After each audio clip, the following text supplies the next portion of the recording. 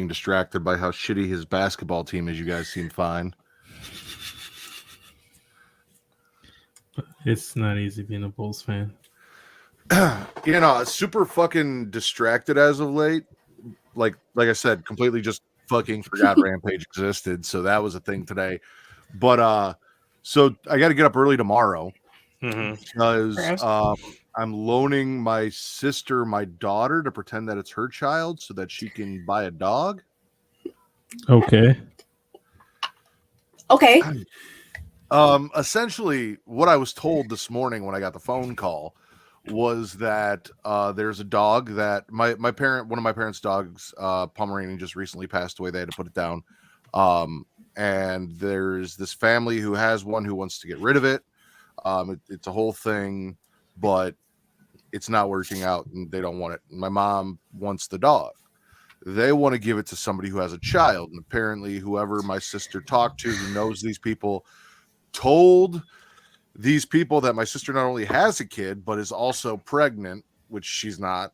So then she called me today and she's like, hey, so what are you guys doing this weekend? I'm like, oh, well, we got plans. We're doing this and that. I got to go get boxes for us moving and everything so I can keep packing shit up and blah, blah, blah. And then she's like, can I borrow Zoe? And I'm like, why do you need to borrow Zoe? And then she explained the whole thing to me. And I'm like, I have to ask my wife if she's okay with that. I can't just say yes on this. Like, I don't know. So I told Kate about it, and Kate's like, yeah, no, that's fine. So, like, I have to not only get up early, but then, like, pack up a bunch of Zoe's shit to take to my sister's house, which, granted, is only, like, 5 minutes from where our new house is going to be. So we're just going to leave all of that shit, for the most part, at Amanda's house.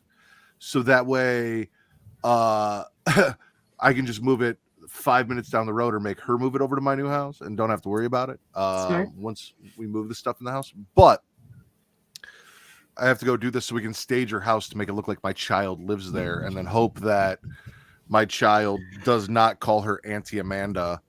Does she call her that? Yeah, kind of, yeah. Okay. That could be a hiccup. So we'll see how this goes. But I'll be baby free for a few hours tomorrow. I'm gonna go get boxes and a fucking burrito and some tacos and shit. But like boxes, I'm moving, Vince. Oh yeah, that's right. I remember. I appreciate that. Like, if it makes you feel any better, Melissa just gets just as much frustrated at my lack of memory or my lack of knowledge retention.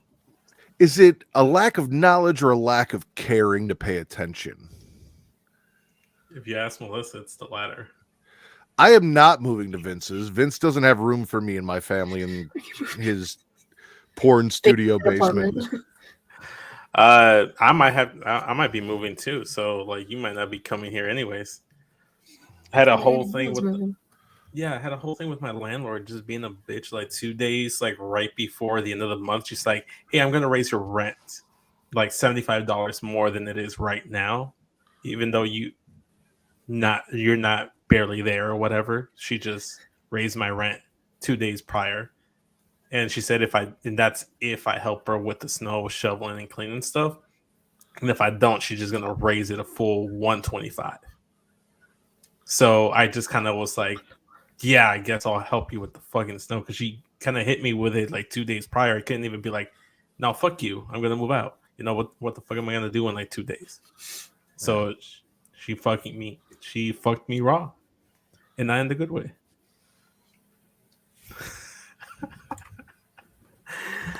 Man. You're not allowed to make me make promises and then say shit like that, all right? Wait, what? You're not allowed to make me make promises and then say shit like that, Vince. I don't know what you're talking about. You know exactly what I'm not touching that one. That's all, y'all. Well, what his landlord said.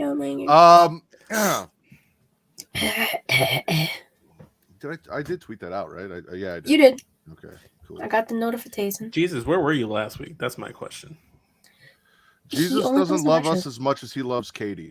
I don't think he was on Chili last week, was he? He was. Interesting.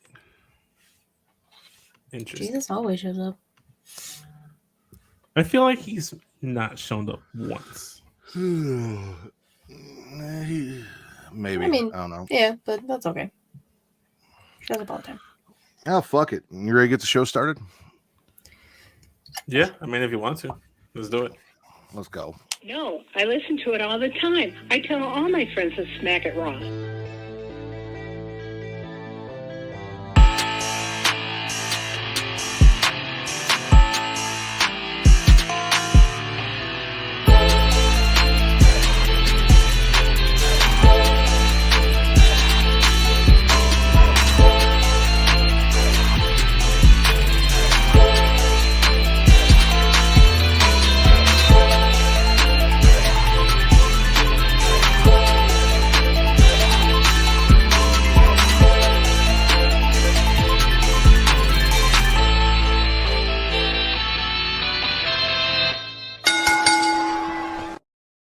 Following podcast contains mature content. The views and opinions expressed by the host are not necessarily those of the host. Listener discretion is advised. Ladies and gentlemen, welcome to the number one wrestling podcast on Porno, the Smackin It Raw podcast, where Lacey goes back to basics. Sounds like a porno, but it really isn't. I am your host, the patron saint of podcasting, the warden Matt Ritter, and I am here with my co-hosts this evening. She is the host of the She Leads Showcase Inside the Mind of In the Crowd, and story time with the hardest working woman in podcasting today, Miss Katie Kinsey, baby. Hey, what up? Shaman of Sheely and other shit too. I'm a lot of things. Potato Kates, whatever. Salos Katie. Whatever, yeah. Potato wedge. Yeah, potato wedge, wedges. potato Kates, whatever the fuck you want to call her. Also with me this evening, he is the Sultan of Spitter Swallow, kind of, because he just kind of stopped doing that show. He is also Daddy Delgado and my friend Vince. I'm angry. I'm frustrated. I can't sleep at night. I'm anxious. I'm depressed. Whoa, because the Bulls are losing? It's a rough week. It's been a rough week for me. The Bulls lost, yes, but also Mexico got eliminated in the World Cup. It's a bad week for Mexico. They should have played better. I'm sure we will get into that, though. I'm sure we will get into that. Little full transparency for Jesus and Allison, who are in the chat, and anyone else who is joining us, thank you. And if you're listening to this later as well, there are 2 more episodes of the Smackin It Raw podcast in 2022, which means Katie has 2 more weeks to find a way to keep Vince from being on the show so that she can break the tie and become Pornhub Poppy. Otherwise, Vince has the tiebreaker and will win the race for Pornhub Poppy. So you better start praying to whatever pagan gods you worship that he gets the flu, non-lethal, and misses a week. Put on your big witch hat, do whatever you got to do to make this happen, because otherwise Vince will be Pornhub Poppy. Also, we will be back the week after New Year's. So New Year's weekend, we will not do one, but then victory. Yeah, so New Year's is, I think, Saturday, Sunday. So that Friday we won't be here, but the next Friday we will. Possibly. I might not be here.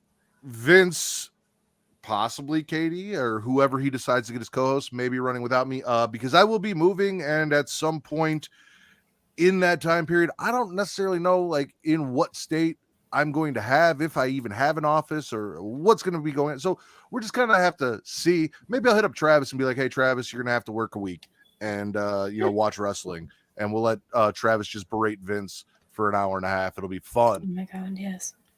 Speaking That of does crap, not sound fun whatsoever. I think it sounds fun like to great everybody content. else. But me. Speaking of Travis, Travis created this little company called Creation World, and it is the banner under which the Smackin It Raw podcast exists. If you're watching us on YouTube or Twitch, you are already watching us at Creation World, twitch.tv/Creation World or youtube.com/Creation World. That's where you can find us. Also, you can find us at creationworld.com, on Twitter and Instagram at It's Creation World, ITSCREATIA World, and all of these other places that you can go to get the Patreon from Linktree/Creation World, which will get you Return to Wrestling and all the other great content that we put out there. Everything that is Creation World. Hashtag them dragons if you're getting caught up and you're not caught up on House of the Dragon or Croatia Comics, or all of these other great things we do. So please go show us some support and do that. If you are watching us on Twitch and you have a free subscription from Amazon Prime because you are an Amazon Prime member, I would appreciate if you gave it to us or one of your favorite Twitch streamers. It's free for you to do so. Doesn't cost you anything, and it takes money out of Amazon's pocket. So please do that. If you're watching us on YouTube, please like the video, subscribe, leave us a comment, let us know you're here. I would appreciate that as well. Tell me how much I suck, how great these two are, or vice versa. Whatever you want to do, I don't care. I take criticism fantastic. I don't give a fuck what you guys think. I'm just doing the show for me. And them. I like them. And the people in the chat. You guys are great too, because you're here. Shout out to the chat. Shout out to chat. T-shirts, pro wrestling, pro choice t-shirts up on our shop. Again, Linktree. You can get them from Katie or us and in various colors. Money from our shirts at the end of the month is donated to Women's Reproductive Assistance Project, and Katie's t-shirts is donated to Planned Parenthood. So if you want to support women's rights to choose, please go do that. Also, haven't done it in a while, but Black Lives still do matter, and YK Wrestling still has Black Lives Matter t-shirts that we love that you can get and wear, and all that money is donated to good causes as well, directly from TC to GoFundMe's to support Black youths or people who have been through issues, a variety of things in the Black community. TC puts that money into, so please go do that as well. Yeah, I think that's it. Did I forget anything? No, I think you knocked it out of the park. Are you guys both good? Happy? I'm content. Are you happy to be here this week, Katie? Because you were not happy to be here last week. Okay, Vince, are you going to be okay with the Bulls getting that ass tapped? No, they're getting their cheeks clapped. Yeah. No, Lou. They're giving It's back okay. shots right now. They're taking back shots. Yeah, it's a rough go around for us Bulls fans here in Chicago, but it'll be okay. It'll be okay once we start talking about some wrestling and things we swallowing. Okay. The only thing I have for news and rumors, unless you guys have anything else that I may have forgotten, whatever. Andrade had titty surgery. Yes. Charlotte had her implants taken out, and he's getting his put in. Is I think how that was going. Hi, Will. Or he tore his pec like Cody. Something in the titty area. I just expect to see a fuller chest when he comes back. In terms of news and rumors, there was speculation based off of what happened on Dynamite that Ray goes on his way to WWE. That is true. There is speculation on that. There's also speculation that Eric Young. No, yeah, him too. If you care about Eric Young and Impact, it was actually a cool video that he did with some guy named Cody Deaner, which is the worst wrestling name I think I've ever heard of. And I watched Deaner. Stardust. So apparently Cody Deaner murdered Eric Young, and now he's free to go back to WWE. Essentially, Eric Young is the sickness is failure, and the only way to rid Impact of the sickness is to murder it with a shank and beat it to a bloody pulp in improvised jail interrogation room or prison police interrogation room. Police, that's the word.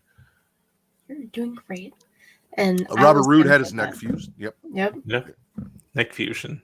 Appreciate fusion that, surgery. Jesus. Not the cold kind, like in Dragon Ball Z. Through the front of the neck. Eek. Yikes! That sounds Is there rough. going to be a hole there? I don't. No. No. Stop that. Just saying. I mean, You thought what was Sammy Callahan, JJ? The person getting murdered? No, it was Cody Deaner from what I saw. And Cody The murderer. It's a terrible fucking name. It really is. That's pretty terrible. I feel like there's been worse names out there. I can't think of any on the spot, but it's probably not the worst name in the world. See, there you go, Jesus. Whole different level of deep throat. I hate you guys so much. Why? We started the show with a fucking Lacey Evans porno joke. How can you hate this show? Oh man, you know. Hey, the broadcast is here. Yeah. I promise, Katie, that I'm going to let you talk as much as you want to talk, and I will stop anyone from interrupting you. I want you to be able to get your full thoughts out, which is why I'm going to give you a chance to talk about the recent bill that was passed. We'll do a little bit of politics while we're here in news and rumors. Let you talk about the marriage bill that was passed. Oh yeah, the Respect for Marriage Act that I didn't get to talk about it on my own fucking show. So the Senate passed the bill, which means same-sex marriage and interracial marriage is now going to, like, basically, if you're in a same-sex marriage or an interracial marriage, the law can't fuck with you anymore. And that's something we needed. I'm bisexual. I'm all about interracial couples being a thing. So the fact that I don't have to worry about that in my later years if I get married, if I get married to a woman, if I get married to a woman, if I get married to a black guy, whatever it is, I have no fear, or I will not have any fear that the government can fuck with my marriage. So I'm happy for that. And yeah, obviously everyone should just be protected by that, but that's the way the world has been for fucking years, and they don't like change. So fair enough. At least one bill got passed by the Senate that mattered this week. I'm not going to get into it, but if you know, you know. All right. Well, let's mix it up. Vince, spit or swallow. Okay. Just because it was the thing I enjoyed the most for the oddest reasons, I'm gonna swallow Apollo Cruz's and Braun Breaker's passive aggressive dinner date that they had together. I thought that was dinner, Brenner, whatever you want to call it, breakfast dates. I thought it was great. I don't know why I enjoyed it. It was like so passive aggressive. It was an interesting way to build up a match. That's what, next week, Saturday, if I'm not mistaken, on the 10th. Mm-hmm. I wasn't looking forward to the match prior to this, but like I don't know what it was about the Denny's setting that they had that they're just like going back and forth that I really enjoyed. And that's actually kind of like my vote right now for the thumbnail, is to have them gazing each other as eyes as the thumbnail. I don't have any options for a thumbnail, so yeah, that is a possibility. I didn't love it. I didn't hate it. Like it's better than a lot of the shit that we got with Braun Breaker previously for his feuds. So there's that. I was excited when Apollo Crews came back to see Braun and Apollo, so I'm excited for this. I honestly, just because I fucking hate the fact that he has won every championship match with a spear for, I can only remember now, hope that Braun fucking loses, gets called up to the main roster, and then they're like, you can't do spears anymore because there are people spearing up here. Too many. So figure something else the fuck out. So, and I'd love to see Apollo get an NXT title. Yeah, Apollo being NXT the champion. Gore is a spear. You did not slip that in. The Gore. I just ignore it because he's wrong. He just has to admit it. If I ignore it, then he gets it in, and if I don't say anything, then it makes him kind of right because I didn't dispute it, and I have to dispute it so he knows that he's fucking wrong. Well, he knows incorrect, he's wrong. But I agree with you on the fact that I want to see Apollo Crews be NXT champion. We've been saying it. A lot of wrestling fans have been saying it for the longest now, that he got called up way too soon from his earlier first stint in NXT. He should have been NXT champion. He would have been a great NXT champion to slowly develop and just kind of like get some seasoning, so to speak.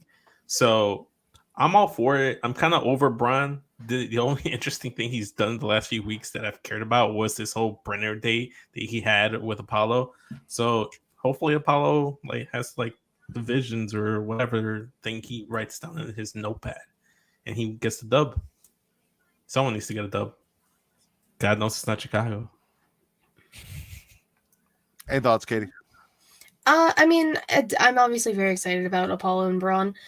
It was just a way to build because they really haven't had a lot of interaction, and the match literally is next week. I will say, yeah, I would like Apollo to win, but keeping it on Braun and then having Mello beat Braun for the title would be kind of awesome too. Mello just needs to win the belt, point blank period.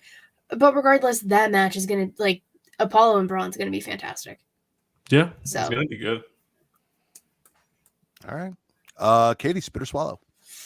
Okay, so you know me, I usually go in order of the shows, but On SmackDown, I was surprised with a return. I saw 0 reports. Now, if you know me, you know I love Tegan Knox. Tanegan. Stop. No, we're not doing that right now. That woman has had the worst luck ever with her knees, and I'm happy she is back. She looks good. I love her hair. And the fact that we're going to get her and Liv as a tag team, probably. I'm all about it. They need someone for damage control on SmackDown. Raw has 98% of the women. So utilize the SmackDown talent that you have. And I just wasn't expecting Tegan at all. And that it was like Johnny all over again. Like, nobody knew Johnny was going to show up on Monday Night Raw. I had 0 fucking idea Tegan Knox was going to show up on SmackDown. I kind of wish it happened next week when I was there in person. I'll allow it. But wait, you're going to SmackDown next week? Yeah. Interesting. I live 20 minutes from the arena. I'm going on the show. I'm going to be on the show. So you could possibly go to the SmackDown next week, and then the following week, I could possibly go to the SmackDown that week. We could be at SmackDown consecutively, back to back. Well, I mean, I already have my ticket. I've had my ticket for like 2 months. I wait till the last minute because it's SmackDown, and ticket prices are kind of steep now. I mean, but I haven't been to a SmackDown in like. The last time SmackDown was here was like 5 years ago. Really? So, yeah. It's usually I haven't been to a SmackDown since before Katie was born, so. Oh, plus 26 years. Plus, you get Kurt Angle birthday celebration. So, listen, as I should. Okay, so you were born. It's been about 20, maybe 19 years was the last time I went to SmackDown. What was the last WWE show you went to, Matt?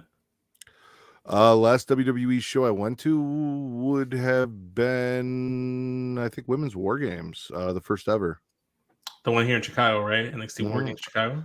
Yeah, I have not. I don't think I've been to one since the pandemic, so. Okay, all right. I'm a little hesitant about going to SmackDown just because the Raw I went to, which was the one like 2 weeks right before WrestleMania, where everybody was anticipating Cody. It wasn't like the best Raw. So I'm gonna wait and see. I'd probably get the tickets last minute if I go. Why are we talking about SmackDown? Listen, we are here to talk about the ghost of Tanegan Knox's knees. Like that, they are here. She couldn't pick a fucking hair color, so she picked them all and looked fantastic doing it.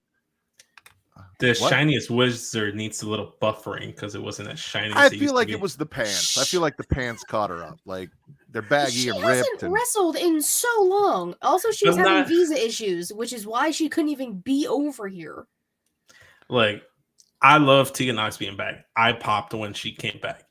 I just couldn't get over like the very terrible shiniest wizard she tried to deliver. See, and that's what's fucking wrong. You're focusing on that instead of focusing on her just being back in general.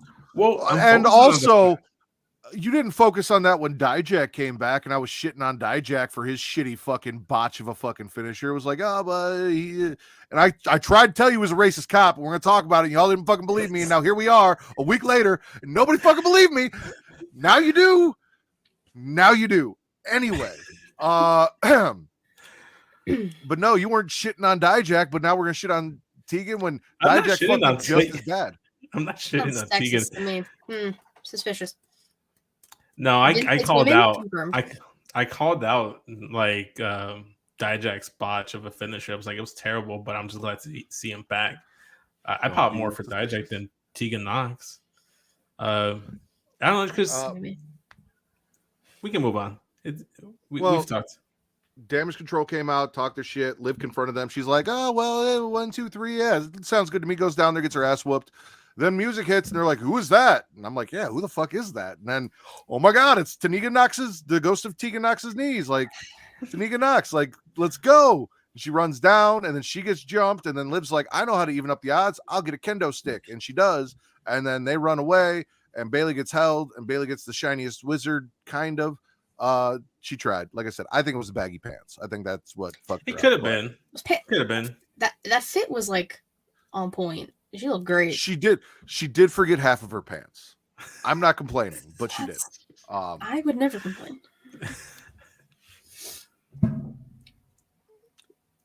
Someone just hit a steel drum. What the fuck was that? I think Vince kicked something. No, it's the thing where you put your keyboard on the desk. So my desk has that, even though I don't have a keyboard, and I don't feel like removing it. So I accidentally like hit it. So it made the undercarriage, like the thing that pulls out from underneath the desk to hold. Yeah. That thing. Vince need himself with the undercarriage. Oh, okay. Elbowed. I'm gonna swallow Becky Lynch's opening promo for Monday Night Raw. The man has come back around, which the entire reason my wife has pretty much given up watching wrestling was she was a huge Becky Lynch the Man fan. She did not like big time Bex. It did not do it for her. So now that the man is back, we'll see if my wife is back into wrestling. But it's on the Titantron. It's in the announcements. Like, it is the man, Becky Lynch. This is peak character version of Becky Lynch, in my opinion. Apparently Bob's having a great night out in the crowd, just getting chatted up by Becky. As he should. Bailey ends up running her mouth, and then Becky wants to fight. Damage Control comes through the crowd after Becky. They brawl all over the place. It was a fun opening segment. Kick it off with the women and Becky Lynch. And I was a fan, so swallow. Yeah, I'm with you on that. I thought that was good. I was a little hesitant about Becky Lynch's gear at Survivor Series, just because it seemed very big time Bex-esque inspired. But seeing her with the whole man theme and aesthetic, that's the Becky Lynch I want to see. And hopefully she doesn't do the flamboyant gear anymore, because I was never a fan of it. I thought it was a little clunky. But yeah. I mean, Becky being back in general, like, it was needed. I mean, SmackDown definitely needs something. But Becky coming back was earlier than most people anticipated. And, I mean, a special little shout out to EO for just brawling in a neck brace. He really just came down, hand taped up, neck brace on, fighting for her life. Congratulations, EO. EO's a badass, man. You can't fuck with EO. She doesn't give a fuck. Give a flying fuck. Vince. Yeah. Sorry, I just got in my mind when she was doing the promo battle with Asuka a few weeks back, and she just like, bitch. For whatever reason, that just came into my head, and I just started laughing. I'm gonna go ahead and swallow the opening to Dynamite with Mox and the surprise return of Hangman Page. I thought that was a fiery way to start off Dynamite. The AEW show that shows up on Wednesday. It was a great way to open it up, and then they did the backstage brawls by the garage area, like felt very WCW-esque, like camera shot. So I'm for it. Like, this is a high profile match for both Hangman and Mox. It gives them something to do without having to revolve around the title. So this is a feud I'm interested to see continuously build up, because it feels like it has the intensity of what Hangman Punk was supposed to have without the whole bitchiness between Punk and Hangman. I'm not gonna lie to you. I've been very distracted lately, and Mox was out there, and I am not the biggest Mox fan, so I was like half paying attention.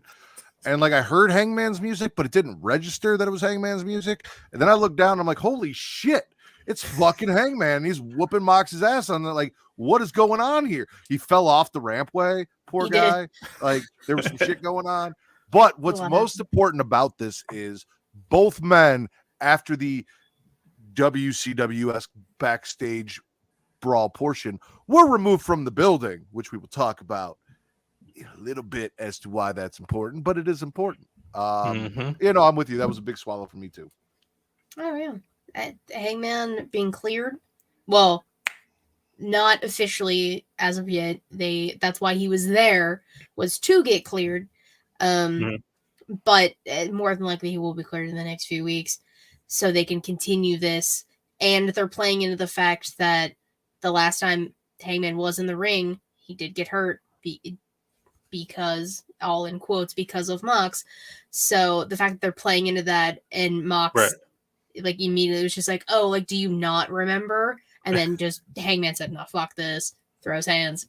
You fucking Yeah, that's the kind of energy I want to see from Hangman. That was great intensity. And just because I want to talk about it a little bit, and I just remembered, shout out to Dakota Kai for wearing the assless chaps like Hangman should have been wearing. So shout out to Dakota Kai. She's getting a quick swallow right there. They're just chaps. Assless chaps. No, they're just chaps, Vince. All chaps are assless. Just like all gores are spears, all chaps are assless. It's the same fucking thing. Well, It's Hangman needs to redundant. take notes because that's what I want to see on a regular basis from him. I'm sure we will be talking about that, JJ, but I agree. Also, shout out to Nick from the UW Pod, the Universal Wrestling Podcast, who's joined us. And Pretty Kyle from the Apron Bump is here as well to join JJ and Jesus and Will and Allison if they're still here. Thank you guys for joining us. We appreciate it. Katie, unless you got anything more on Hangman and Mox. No. Spit or swallow. I'm going to swallow Rhea Ripley, Mia Yim, and that match, and then the match that transpired after that, obviously being the OC versus Judgment Day. Rhea's fantastic. Mia Yim's fantastic. Their chemistry is great. Mia beating up Finn, always great. Love me some intergender. You called me greedy because I wanted more. Disrespectful. I want a full ass match. I legitimately want Rhea versus AJ or Mia and Finn. Like, I want the actual match. It's not going to happen, but I want it. Vince, can you translate that in English for me? Oh, yeah. I totally can. If I can find it. It's right on the screen. It's right on the screen. Oh, you want me to translate it? Yes, I would like you to translate it because there is one section of that I do not understand. Donde está? I understand. Senora, I understand. That other thing? Yeah, what is that? So it translates to... Where's the leak, ma'am? Ah, beautiful. See, Jesus out here making sure you do your fucking job, and I appreciate it. Jesus. Katie, I'm with you. That was the next thing on my list for Raw. We got Rhea versus Mia, breaks down into an 8-person tag. Rhea and Mia get a little intergender action, and instead of just being happy that you got it, you're like, I want all the and that's why I called you greedy, because you're not wrong. Like, I get it, but at the same time, you've also got to just appreciate what you can get, and the more we appreciate it, we can get there. So take this little snack, this little bite, take your swallow, and then hope that this continues and you get more. Eventually a mouthful. Like, I can't even blame Katie for wanting more, because when you're deprived of the one thing you want in life and you finally get it, you want to get all your money's worth.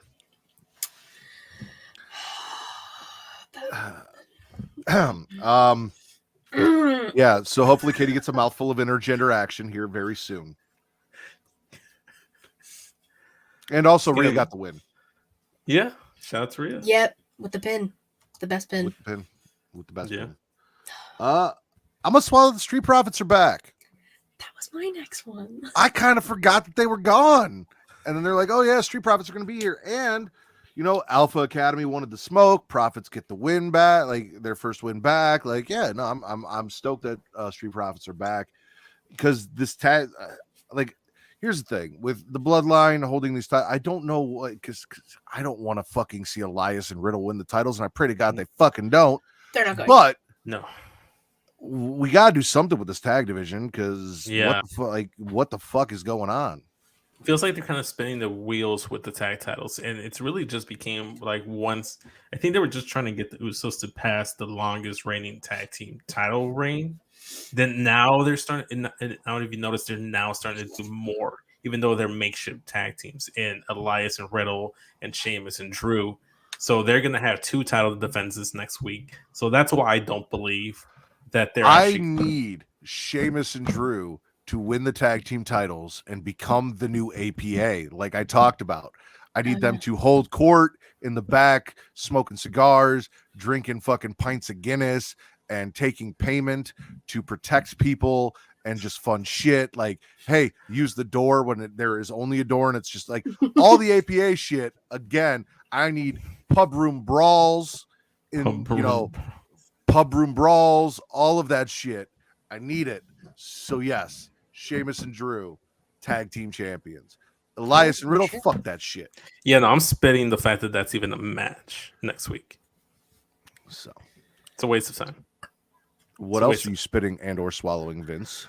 I'm gonna swallow. This is a quick swallow. Shout out to AR Fox having a match with Samoa Joe. He got a few licks in on Joe. I like AR Fox. I used to watch him like in the indie scenes, like right before the pandemic when I was going to indie wrestling shows here in Chicago. So shout out to AR Fox being signed by AEW and getting some shine with Joe. So I thought the match was really fun. So it was a fun match, guys. Which is a plus, Will. I will give you that he has stopped using Orton's moveset. However, it's only a matter of time before he just starts doing Elias's moveset because what's Elias's moveset? He is essentially just a ditto that only knows mimic. Yeah, basically.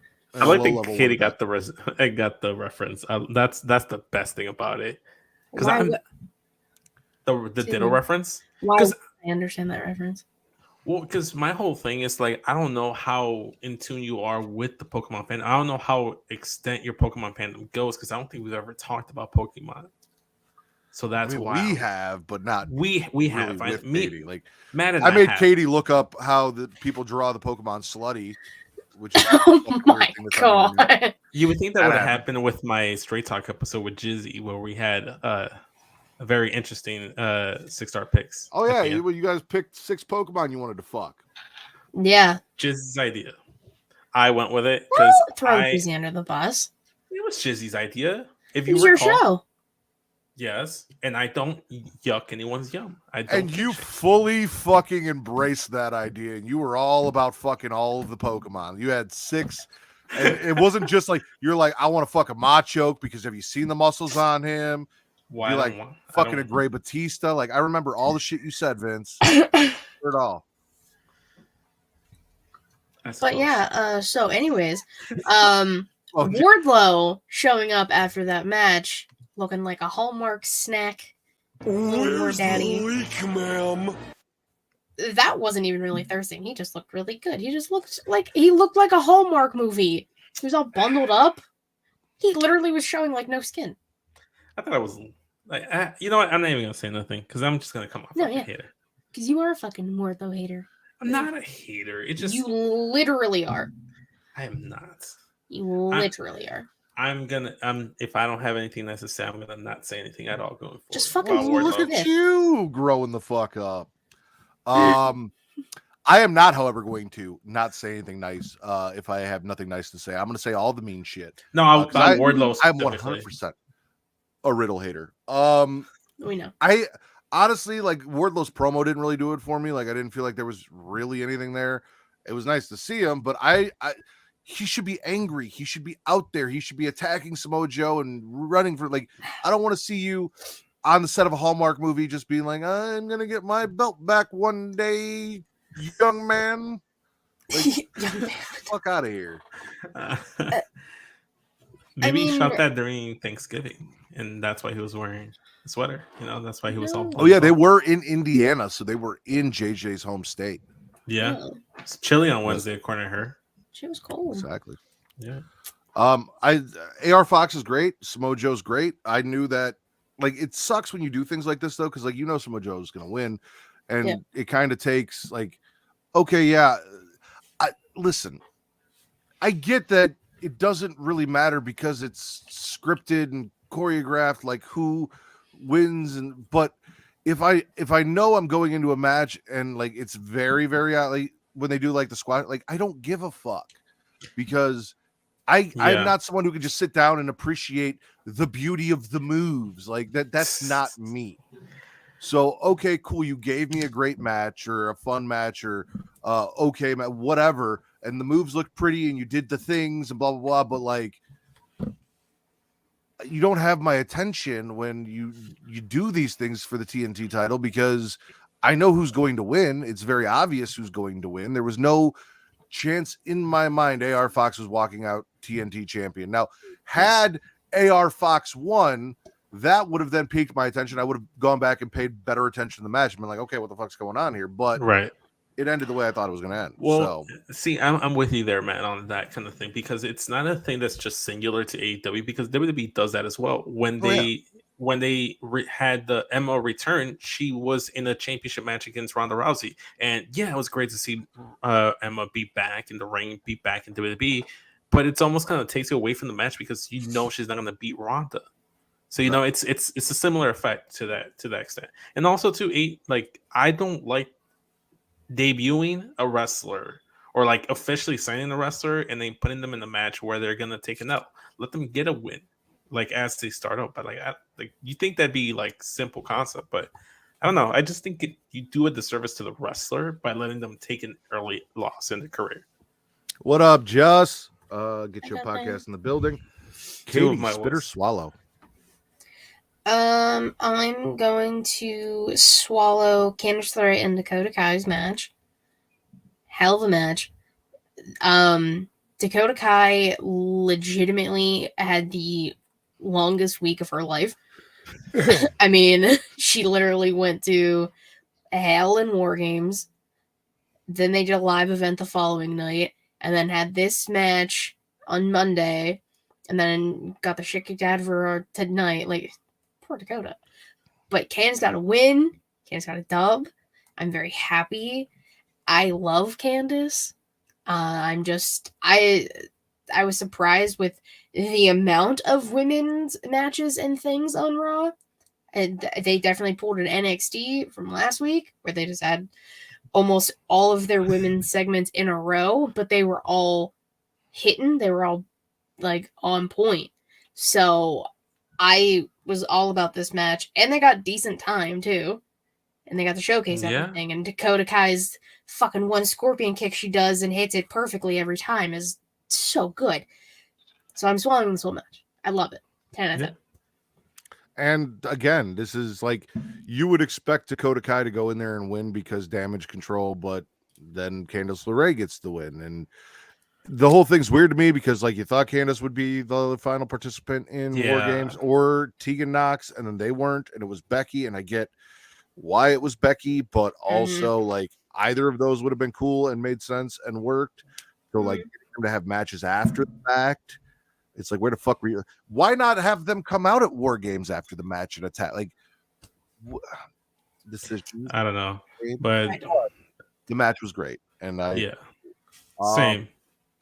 No, I mean to kind of go off of what Kitty was saying, you know, just swallowing Dakota Kai. She's like the rag doll of War Games matches.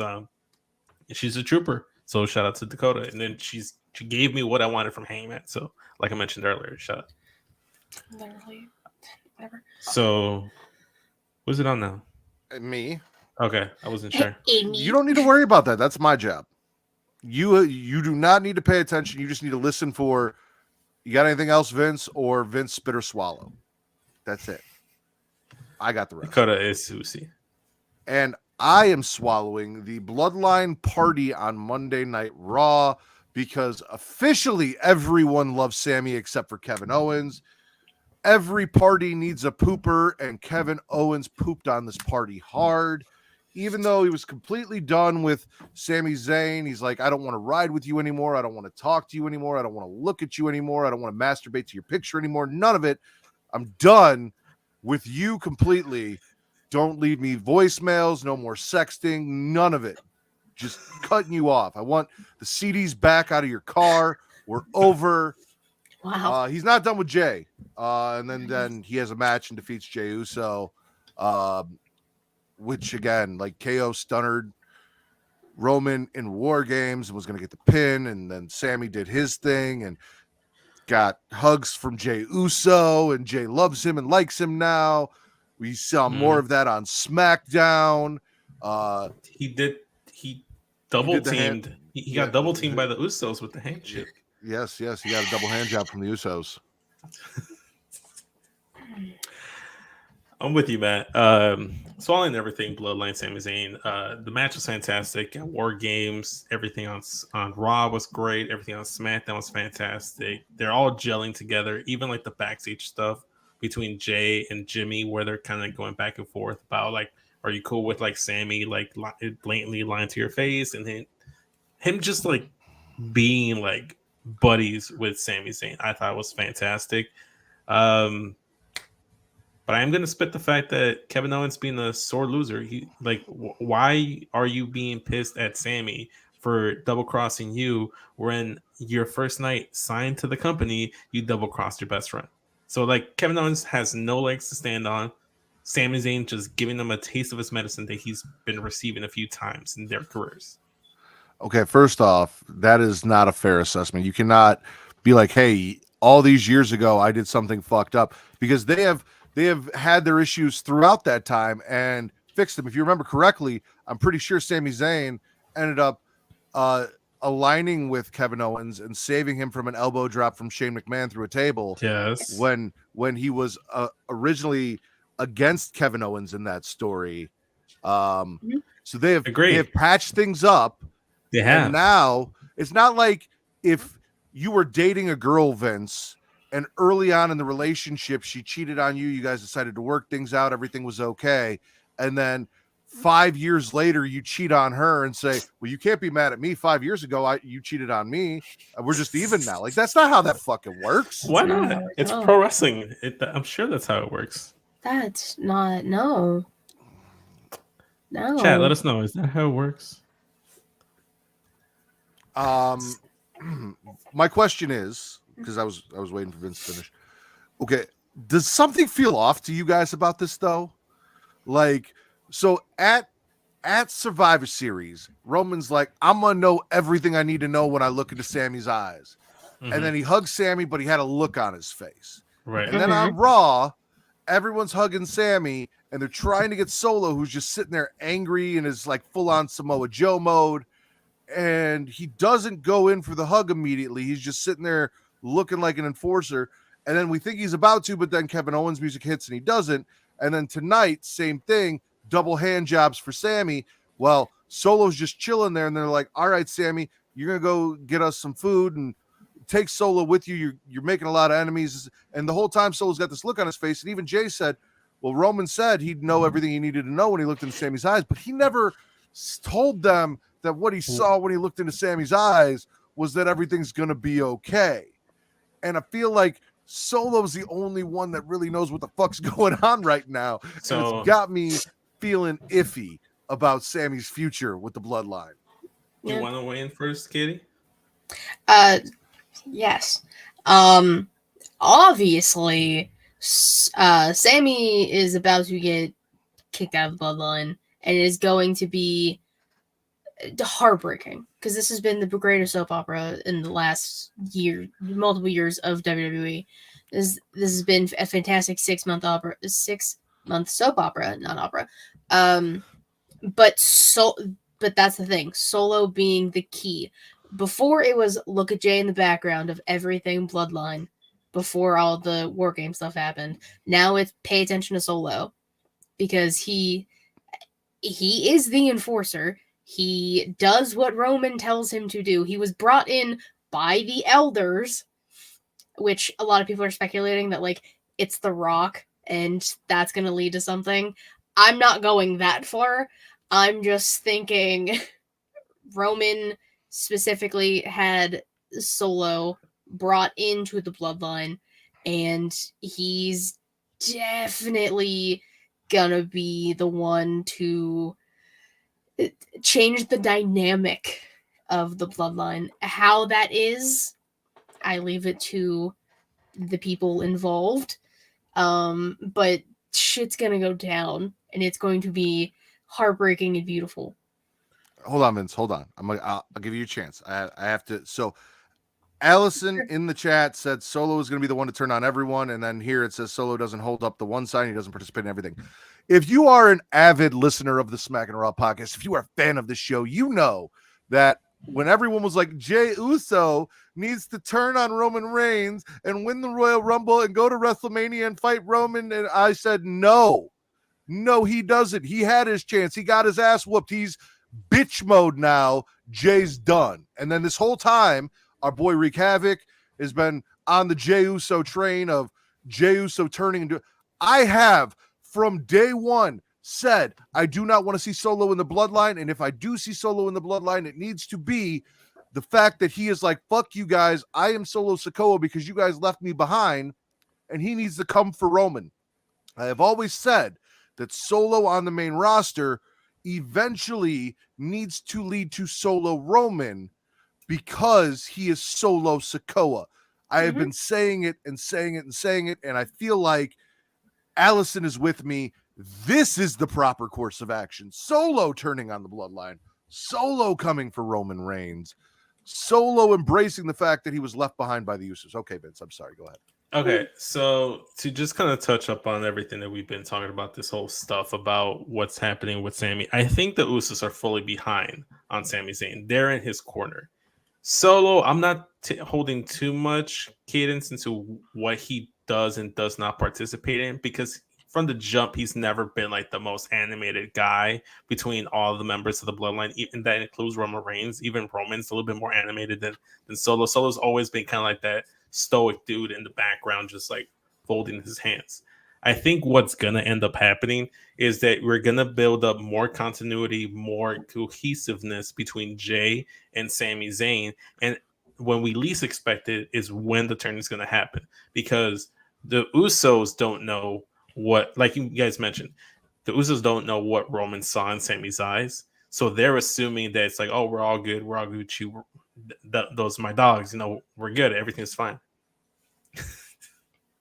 I think it's going to be Roman that's going to sick Solo onto Sami. I don't think Solo is going to go away from the bloodline anytime soon. I think at some point he should go solo, no pun intended, but he's still going to be like kind of like the hitman for Roman. As Allison said, his name is Solo for a reason, and I think we're saying reading that too much into the name. Thank you, Thank you, Allison. Thank you, Solo. Thank you, Solo. Close again. All right. Vince, spit or swallow? Quick swallow here. I'm gonna swallow Jade Cargill's TBS Championship celebration and the outfit she was rocking, man. She looked like money and she wore it all over her. I thought it was great. She called out the baddies about hanging out with Kira Hogan. So I'm all about that energy. I'm still so confused about this whole Bow Wow Jade Cargill stuff. I don't know where it's gonna lead, what it's gonna do for her, what's the payoff. But shout out to Jade Cargill. I have a theory. So obviously Bow Wow, I mean, he can, because intergender wrestling exists and can be a thing, but Tony isn't really doing it. So realistically, in the scope of how professional wrestling works on nationally televised TV, for the most part, you're not going to have Bow Wow versus Jade Cargill in a singles match, which I think would be a terrible idea, because Jade is not at the point where she could carry a celebrity through a singles match. No. Do not do that.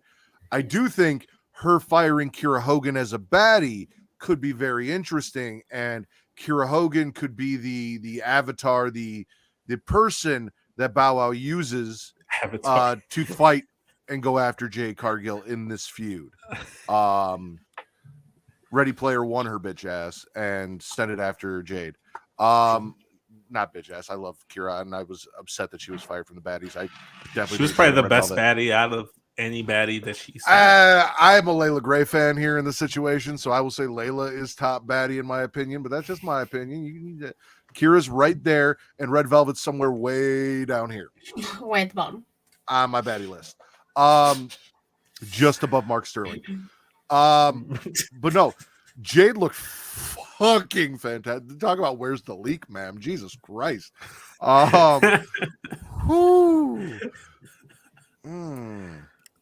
Yeah. So that's where we're at. Yeah. Yeah. Same. I'm just saying. I wish I wish something more would have happened with the whole celebration. Yeah. I mean, I agree. Jade looked incredible, and it's just not fair. It's just disrespectful that she looks that good. But I really was expecting like someone to come out or something to happen, not Bow Wow with his Razor phone video. Like, it's a Razor phone. That was the worst quality I've ever seen in my entire life It for a was video on a televised program. Shit was terrible. Yeah, it kind of felt like a little deflating, because like she cut a really good promo and she put the baddies in line. as she should. But my big issue here is that there doesn't really seem to be like that challenger for Jade right now. You know, that one we're waiting to see challenge her for that TBS title. It could be Kira Hogan. Who knows who it could be, but definitely not going to be Bow Wow. It could be Ruby Soho who returned on Dynamite. Destination. I hate Shout out that to- she's back now because it's always stuck in my head. Taz, did I and not Kid are say- both going to be singing it. Did I or did somebody not say Red Velvet when they were supposed to? Like, I thought I said Red Velvet. I thought you did. Okay. I don't know. I do not recall. Katie, spit or swallow? I'm going to swallow Indy Hartwell and Roxanne Perez on NXT. Fire match. A great match. I still wish the Indy was doing something more with like her character and everything, but I'm okay with what they're doing now because she's just like, you don't need to have friends in this business. You like clearly didn't learn from Cora Jade, to Roxanne, who is an actual child who just wants to have friends in this business. But no, I love both of them, and Roxanne has had hell of a year in NXT, so I loved this match, and Roxanne got the win, so shout out. And Index did return at a house show, so also a swallow. There you go. Yes, JJ, I did say she was at the bottom of my personal list of baddies. Red Velvet is not my Your cup of favorite tea. baddie, not necessarily wrestler, baddie. Per definition, Kira and Layla trump her in that category all day, every day. Because body yaddy yaddy yaddy yaddy yaddy yaddy. It's not even close. I agree with you. I actually somehow fucked up my notes and put Cora defeats Indy and realized that that's not who the match was. It was Roxanne. However, I also like that they were playing up in like commentary how everyone's like, oh, they're saying Indy should be called up already, blah, blah, blah, all of those things. And Indy is going to be in the match next week to decide if she gets into the Eliminator, the wild card matchup. I guess we'll talk about that. So I'll save my thoughts for that. But I'm with you. You got anything, Vince? No, that was a great match. I loved it. It was probably one of my favorite matches of the week. What? You got anything, Vince? No, it was a great match. It was probably one of my favorite matches of the week. I don't have anything on it, but I'm gonna fucking talk about it. Yes, you have something on it. Go ahead. No, it was one of your favorite matches of the week. Go ahead. Yeah. Just don't tell me you don't have anything and then start talking. It's when people. It's like the same thing when people go like, "Yeah, no, yeah, it's that same." That's a thing. Chicago thing, and I do it all the time. I'm not going to accept that. I also do that, and I'm not from Chicago. No, yeah, and yeah, no, are a big Chicago thing. I'm going to swallow the Miz. Losing to Dexter Lumis and Dexter Lumis getting his contract and his bag of money and everything that happened there. Listen, the Miz tried to get out of his match again. Apparently, Adam Pearce still has a fucking job. So, like, good for you. Where the fuck have you been with everything that's been going on? He calls Miz on his bullshit. He's like, dude, you're fine. You're going to wrestle. No doctor is going to say you can't wrestle. Like, get the fuck out of here. Miz threatens to sue. Dexter catches Miz on his entrance on some slasher-esque disappearing shit where we focus on the Miz. And every time the Miz turns around, Dexter's clothes disappears. Then he comes out of nowhere and attacks the Miz. And I fucking loved it. No sold a fucking vice grip on his head. Yeah. That's your thumbnail. I suggested it. Miz attacks him from behind and then takes money from the kid after the match. And then the reason I was laughing earlier is I was getting to this in my notes and I read it, and somehow my phone auto-corrected Gargano to Garbanzo, so he's now Johnny Garbanzo Beans. So Johnny Garbanzo Beans super kicks the Miz and then returns the money to the child that he took the money from, because Dexter was out here just handing money out. Now, somebody did notice that there were some people in the crowd that Dexter skipped over that I'm not quite okay with. That's the thing, but there was also one kid checking to see if the money was real. That'd be me, 100%. Just yeah. And you said Texture Johnny got a fucking Gargano job. was gonna be Johnny Garbanzo beans. I'm sorry. You said Johnny Garbanzo Beans was gonna be sneaky about everything. He didn't get involved at all. Matt said he just didn't trust Johnny. That's all Matt That said. is true. I said there's something about this that, and I just said the same thing about Solo. So for all I know, Vince is right, and Solo's just going to be the enforcer, and I'm wrong. But my spidey sense was tingling, my tummy was rumbling, and something was telling me this ain't right. It's the All right, Winnie garbanzo the Pooh, beans. take it easy. It's all the garbanzo beans in you. Take it easy, Winnie the Pooh. I guess maybe the title of this week could be Johnny Garbanzo Beans. Garbanzo beans. I think it's funny. Your phone should autocorrect it if you don't spell it right, Vince. So Yeah, mine I'm did. gonna check. we'll see. I'm gonna check. Well, my autocorrect is in Spanish and English, so sometimes words in English get autocorrect to Spanish, so it's a little messy. Mine didn't. Yeah. So I don't know how that happened then. you probably were just typing more letters than you needed to, and it said, "Yeah, he meant garbanzo." I mean, Garbanzo, neither here nor there. Vince, unless you guys have anything about Loomis getting a contract and everyone just joining me and being happy that Loomis got his contract. Let's give Dexter Loomis his flowers, money, and contract. And also Adam Pearce. Like, we're speaking of returns that nobody gave a fuck about, apparently, Adam Pearce came back. Everyone was returning this week in wrestling. There's like a lot of returns. Return to the format and spit or swallow for me, Vince. Gonna go back to NXT, and we briefly talked about it with the Cora Jade Roxanne Perez match. I'm gonna spit the Iron Survivor participants for both the men and the women. More for the men than the women. I like Carmelo Hayes being in it, and that's about it. I really wished Tony D'Angelo was in there, or I don't know, just like anyone else other than Grayson Waller, JD McDundum, and Joe Gacy. Like, I'm not a fan of the 5 people included in that. Well, the 4 people included in the match. Right now, it's between Von Wagner, Andre Chase, and Axiom. I'm rooting for Andre Chase, but that's only because I find him very entertaining. Then if you go over to the women's side, that one looks a bit better because it has Cora Jade, Roxanne Perez, Zoe Stark. Kiana James just seems like an odd name to have in there. So I'm not a fan. I don't know. I just like, I don't know. I'm not I can't get into the sexy librarian, man. And then you look at the wild card triple threat match. You have Wendy Chu, Indy Hartwell, Fallon Henley. Don't care about. But Wendy Chu and Indy Hartwell, if you plug those in and take out Kiana James, I think that's a fantastic 5-person match right there. The men's one just leaves a lot to be desired. So I'm swallowing the women's, spitting the men's, and just gargling the selection of some of these competitors. All right. So I do not know the difference between a chickpea and a garbanzo bean. I honestly don't even think I know what a fucking garbanzo bean is. I just know it exists. Yes, Tim, I agree. The obvious winners are probably going to be Mello and Roxanne. That makes the most sense to me. I'm spitting the men's match, period, outside of Mello. Because my girl in the Legends meeting that Getcha was talking about in the comments right now, Alundra Blaze, who still has yet to release those Playboy pictures that she has that she teased us with years ago. Still on that. Said Tony D'Angelo. And Tony said he's cleared to wrestle next week. And Tony D didn't get the fucking match. And that is some bullshit.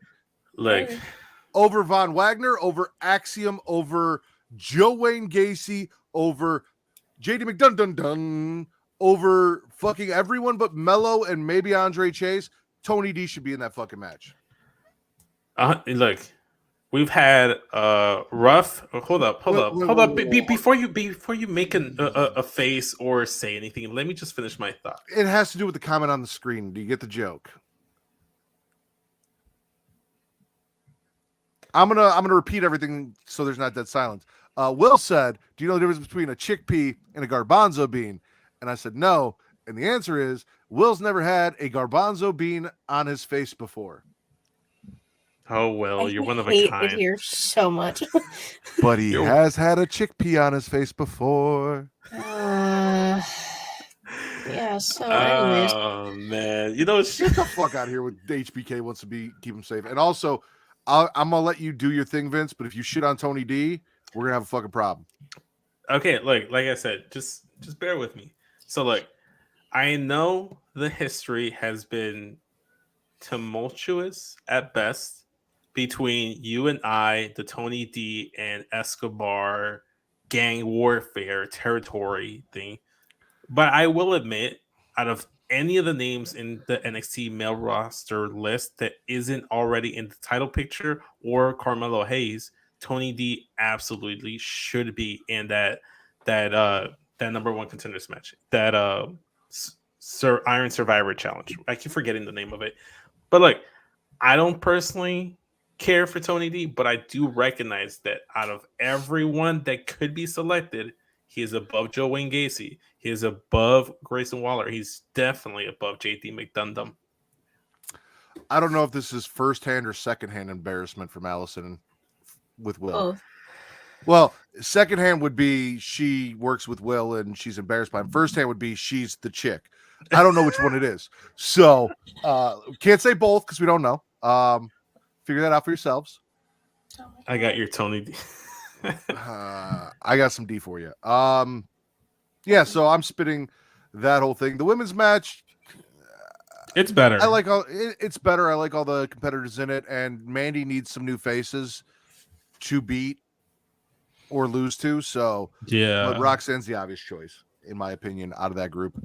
If it's Indy and Indy loses, then she gets called up. And this, honestly, if the winner of this Iron Survivor Challenge loses, I feel like this is going to feel like a huge waste of time to have had this match. Exactly. And that's honestly where I'm feeling with both of these matches. That's why when they announced them, I wasn't really too high on them because, as you can see, the competitors they're slim pickings in terms of legit challengers for both these champions. Not only Mandy Rose, but Braun Breaker as well. I was about to say Strowman, but Braun Breaker as well. Because who on that roster, aside from Carmelo Hayes, can you really see Braun Breaker dropping the title to? And there's no one. And they tried to push for Von Wagner, and they can go suck a fat fucking dick on Jurassic Gym. Like, yeah. I just don't think anyone's got his character yet because he sucks. He doesn't have a character. Katie, you didn't get to talk about any of this. You got thoughts on either men's and women's? People were getting their face peed on. Shit got crazy. I want to give you a chance to talk. Question, Katie, are you drinking an RC Cola or are you drinking a Pepsi? It's Pepsi. Okay. What the fuck? Katie's like, I got Pepsi money, bitch. Like, I do have Pepsi money. To me, it's RC Cola, Pepsi, and then Coca-Cola in terms of taste. Who the fuck puts RC Cola above Pepsi? We're moving on. Katie, please talk about Iron Survivor Challenge. So the obvious answer for the men's is 100% Carmelo Hayes. If Carmelo doesn't win this, then this was a fucking waste of time. We have been saying for months that Carmelo needs to be the one to take the title off Braun, now possibly Apollo. And if he doesn't, then just send him straight to the main roster because he's it. Melo don't miss. I was honestly very surprised that there's all heels in the men's. There's not a single face. Really? Which I didn't even realize that. Carmelo Hayes, JD McDumbass, Grayson Waller, Joe Wayne Gacy. 4 heels. Oh man. So it's gonna have to be Andre Chase or Axiom. There's no shit in hell that there's gonna be fucking Von Wagner in this match, or I will lose my mind. The women's, I'm happy with this. I'm okay with it. At first I was expecting Fakita, but after all of the things that happened in the main event, doesn't surprise me. Zoe Stark makes sense. Roxanne and Cora, who have been like 2 golden geese the past year for NXT. I like having Kiana James in there. She's definitely been working her ass off the past few months. And I don't know where the hatred for Fallon Henley comes in at from Vince, but Fallon's fantastic. It's not hatred. I just don't care for her just because she's with Briggs and Jensen. That's part of the appeal, though. Like, They really need to focus more on playing up the fact that Briggs Jensen is a giant virgin again, and like what they were doing with them before they got away from that, because that was the whole charm. Fallon is I love the bartender, and I love doing that. So I don't know. I'm just not a fan. And it's just because she just shows up and I just don't care one way or another. It's like I'm not even hating. I want to I like her more than Kiana James, but it just kind of feels like all the newer women that got brought into NXT, with the exception of like Roxanne Perez and then Nikita Lyons, have really failed to like stand out for me. Like they just kind of feel like generic, were like creator wrestlers to me.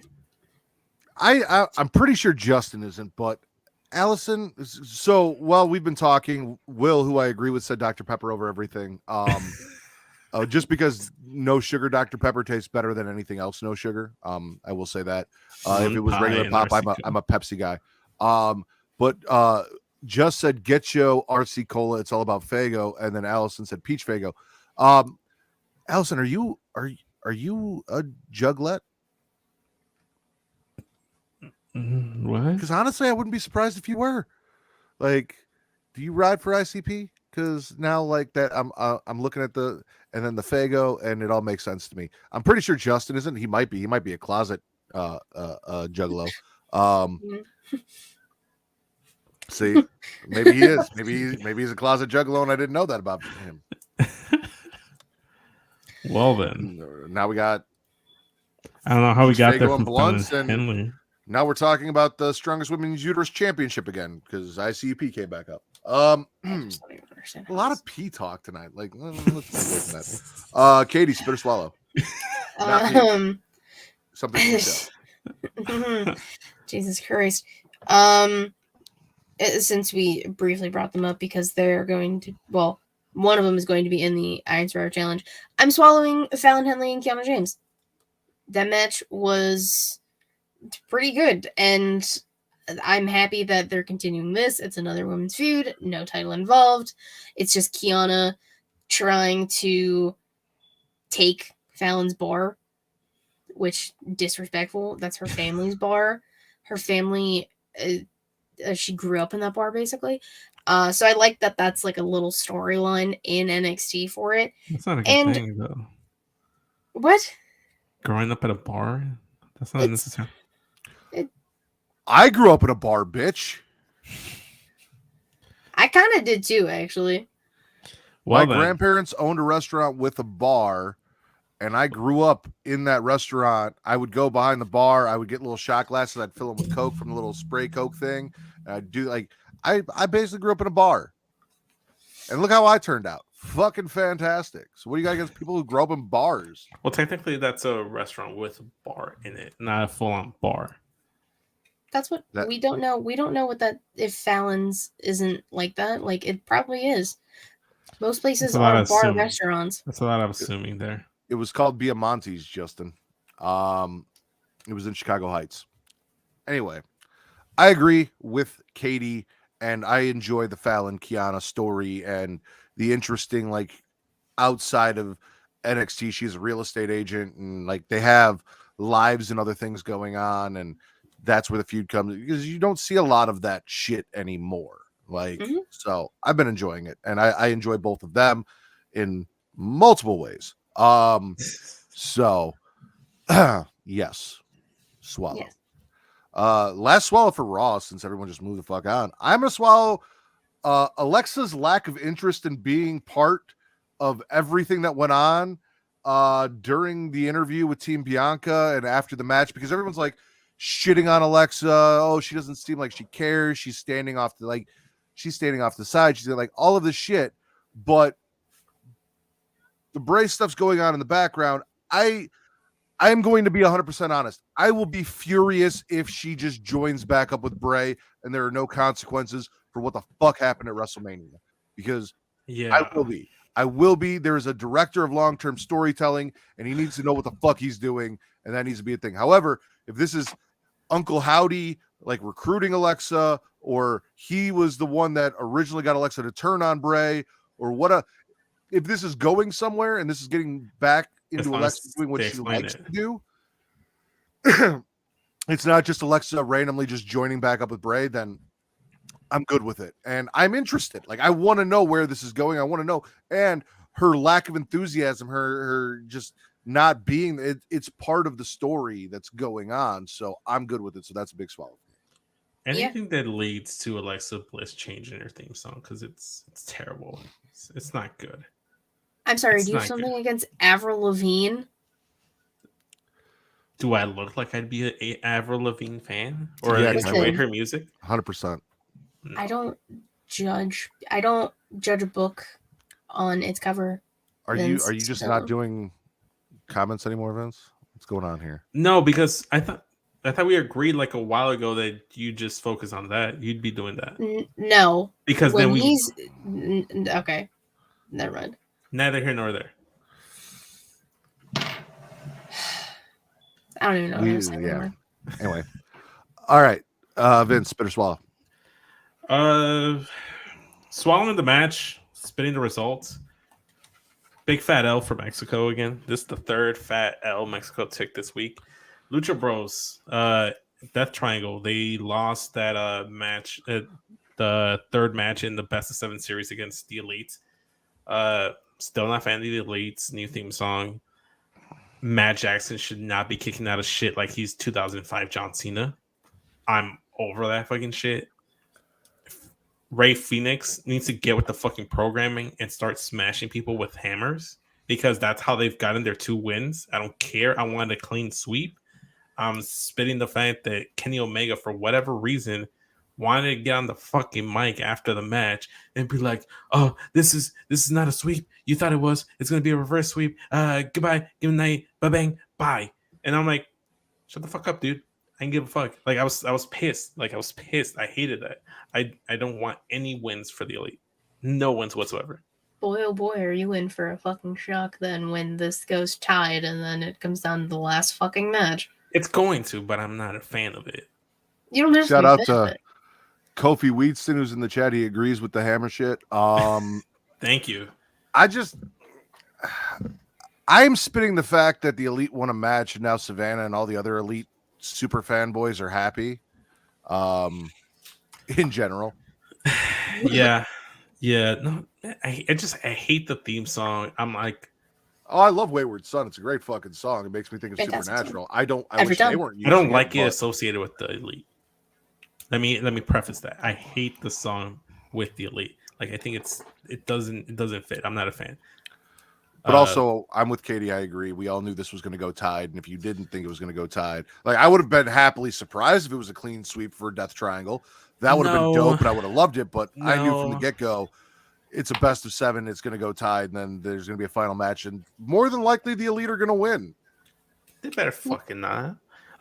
Look, I knew full well best of 7. It should. First off, I'm still pissed that it's even a best of 7 because, as far as I understood, it was just the one match at what was it?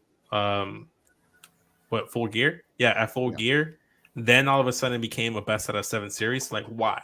Why? You took the L, take the L, hold it, go into the locker room, go in at the back of the line. I just don't want any success for the Elite whatsoever. And I wanted a clean sweep, even though I know it's unrealistic to see it. So my best hope here is that they get that 7th win, that 7th match win.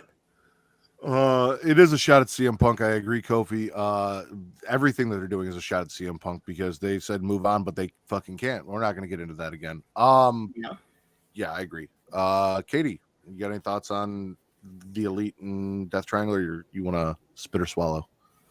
What I'll say about the match, I mean, Death Triangle, I mean, you can say what you want about the Elite, but like, do you put them with certain people, they can't have a good match, especially when you have Death Triangle as their opponents. The match is going to be fine. And I will give them props. Each match has been a little different. True. It's 3 matches in a row that have been a little different. I give all 6 men props for that. I really just wanted a clean sweep for Death Triangle. That would have been fantastic. That would have been a very surprising twist. But I just want to rub it all in the face Elite wrestling. Yes, like it just the elite. Again, maybe this is just me. Like, this is just sour grapes on my end, and maybe I'm just a hater, and I'll full on be an elite hater. And it's not because I'm signing with Punk. It's just they just annoy the fuck out of me. Kenny more so than the Bucks. But it's like, you can't do the shit you did as an EVP and then come back and then get your titles back, even if it takes you 7 matches to do so. I'm not a fan of it. I mean, they can because they they're shouldn't. EVPs. I talked about this with Warren in DMs a little bit, and I'm with you, Vince. Like, it's not that, like, don't get me wrong, I'm from Chicago. I do like CM Punk, but I'm not like a huge CM Punk fan. We talked about this last week and all that.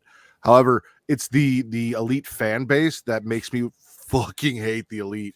Like, it's like, I don't care if this pisses people off. They're like Swifties. No, that's not where I'm going. They're like MAGA Trumpers. Like, the harder they ride for their fucking president, the more I hope he never gets fucking reelected.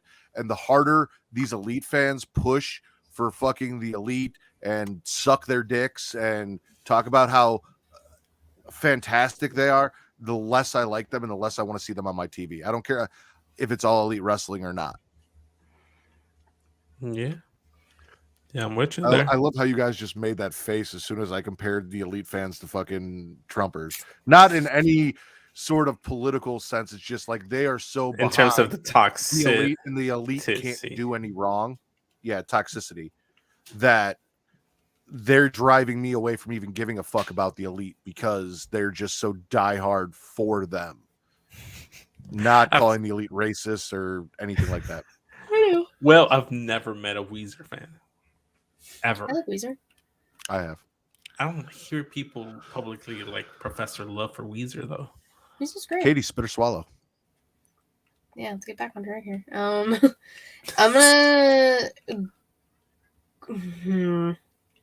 I don't know if it... Okay, so Dijak happened. That's a thing. We'll talk about it. It was originally a gargle because, like, yeah, he's back, and he actually did hit his finisher this time. At least that's what it looked like. Did he actually? I'm assuming he did. Who did he wrestle? Dante Chen. Dante Chen, who we haven't seen in how long?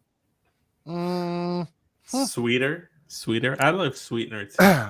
Listen, let Katie finish. No, let Katie finish, Vince. No, it's fine.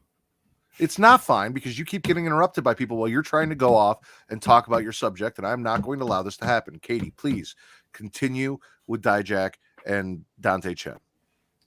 I mean, like I said, Dijak's back. Cool. Because he is fantastic in the ring, and we all have been waiting for Dijak. But this character is just... I was excited at first, but now I just don't care. Because if you just let him be the Dijak he was before T-Bar, then he was a star. Like the matches he had with Keith Lee, he could have gone for the title. Any title at the time. So, if he gets rid of the racist cop character, then he can go for the title. He can be that. Do you see the vision now? I do. Because he showed up with his own brand of justice. Like I tried to tell you guys last week, you're like, I don't see it. Now he's beating up Dante Chen. He attacked Wes Lee. And in his post-match promo, outside of Braun Breaker, who's champion, he only named minorities and the people he wanted to beat up. Yeah. I saw that as a very diverse group of NXT roster that it took up until Braun Breaker to mention a white wrestler on the roster. So I like to give kudos to NXT for a very diverse roster. And he did go face to face with Tony D in the backstage area. Parking lot. Yeah. And it sounded like he was going to be a cop hired by Tony to perpetrate crimes, which makes him a corrupt racist cop. Oh, so all cops. For the most part. I'm spitting Dijak's new character. I'm with you, Katie. However, and this might surprise you guys, I am going to swallow the big body Javi segment just because despite having BBC, he got turned down repeatedly and I am loving this backstage interviewer, Mackenzie Mitchell. Is that correct? I always confuse her I with Sarah love Schreiber. her. She's great. But I'm learning who she is now, because before I probably would have said Sarah Schreiber and been wrong. Now she's differentiating herself. But yeah, no, everything Javi did leading into like, oh, Axiom's okay and he can actually have his match. I actually really enjoyed this segment. I did. I love the BBC, the big body cologne, like all for it. The big body pillow, which is actually a thing. Like the whole thing, and her just being turned off by him. Enjoyed the shit out of it. It's different. I didn't really care about Big Body Javi, but you know what? If he keeps doing stuff like this, it's gonna catch on. It's gonna feel like the Andre Chase University stuff when it started, where now I just love to see Andre Chase curse everybody out. So it could be something. It could be something. This could be the thing. He feels like an NXT wrestler from back before the network era, where he was just throwing shit at the wall and seeing what sticks. And right now, this is sticky, at least for Matt. Well, what I was going to say was I didn't give a fuck about Big Body Javi until this week. I know Katie was kind of getting on board with at least the Mackenzie Mitchell stuff the last couple weeks. She's just a great backstage interviewer because she doesn't take shit from anybody. When he was running down his list, he was just like, when he was running down his list, she was just like, well, he's injured. You can't wrestle him. And like, she wouldn't say the names of people. Yeah. But she just kept shutting him down. She doesn't take anyone's shit. It's like the same thing with like Renee on AEW. Like they're sick of everyone's shit. And they're like, this is my time to do this. I am in charge of this segment. So what was her name again? Mackenzie Mitchell. Mackenzie Mitchell. She just has really good comedic timing, and she's really good with like delivering her lines, and like she has really good chemistry with Javi. It's funny. It's funny to me. So we'll see. Vince, better swallow. Gonna swallow the match like I did previously, spitting the result, because this is the third loss that Mexico took this week. Because we got to the finals of the SmackDown World Cup and we took an L to Ricochet. But you know, shout out to Lucha Underground, King Cuerno versus Prince Puma. We've seen this match. This was a fantastic match. This was really cool, especially when they did the spot where they're walking the tightrope on the barricade and they hit the, what was it, like a Hurricane Rana? It was great. The match, everything. I loved every single bit of it. I wished and hoped Santos Escobar got the win here, but the match was great. Loved it. And then Ricochet getting his moment to celebrate with his giant trophy and then getting confronted by Gunther, setting up the match. All good shit. I still don't understand how Ricochet's America, but neither here nor there. He was born in the United States. Is he? Yeah. Really? Yeah. For some reason, I thought with like the Prince Puma thing and like, wasn't he like the first champion of Lucha Underground? He was one of their first champions, but that was the thing with Lucha Underground. They put everyone under masks. So everyone was, almost every single wrestler was under a wrestling mask except for Johnny Mundo. But everyone was wrestling under a wrestling mask. And I was just kind of like Santos Escobar was in there with a wrestling mask. Everyone. Jeff Cobb was in there with a wrestling mask. So it was just a thing. You mean the Great Okan's tag team partner that no one cares about? Yes. Yes. If the Great Okan wrestled, he would be the Great Okan with the wrestling mask. It was a Lucha Underground thing.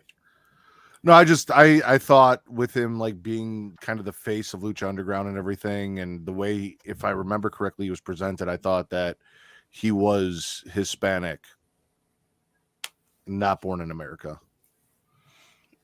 No, because he has the dark skin complexion, so he could pull off being Latino, and he never really spoke at all. I think he had a mouthpiece. I think it might have been probably a good thing.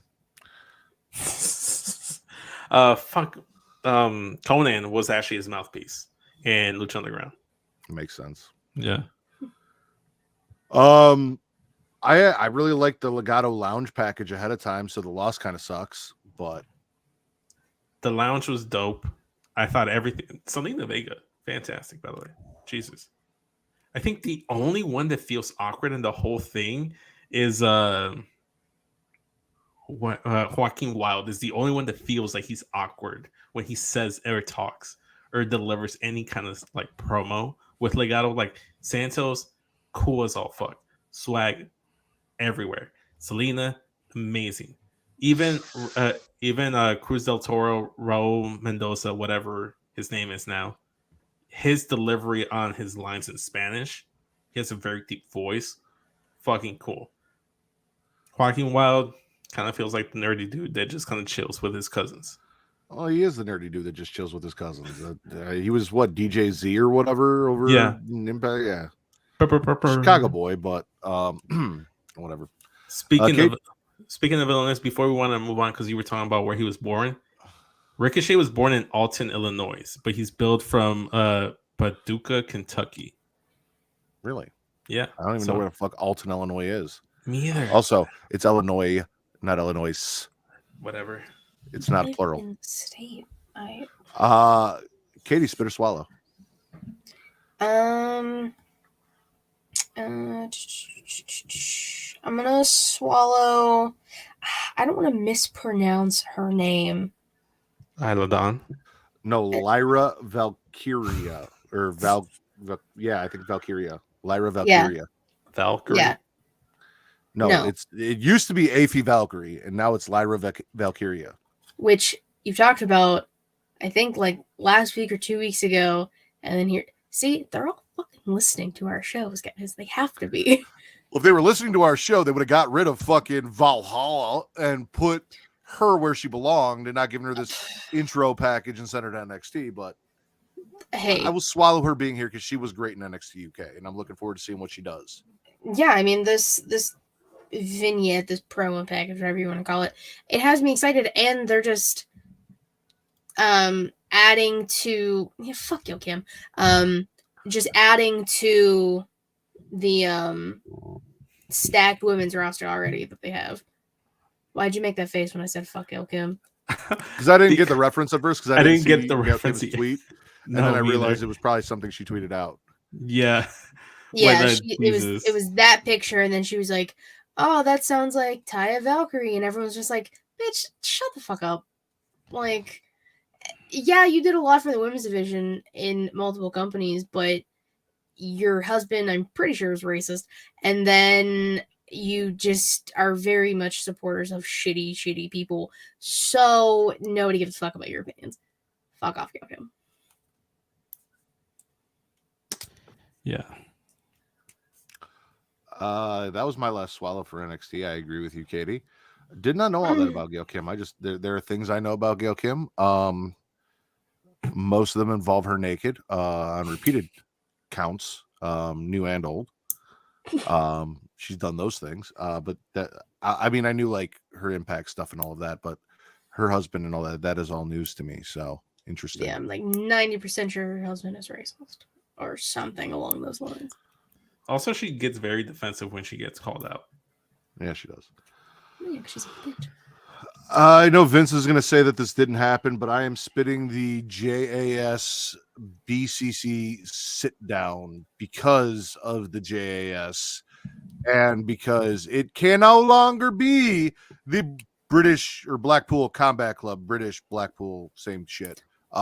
Because the only person from Blackpool in the Combat Club probably isn't in the Combat Club anymore, might be dead on TV.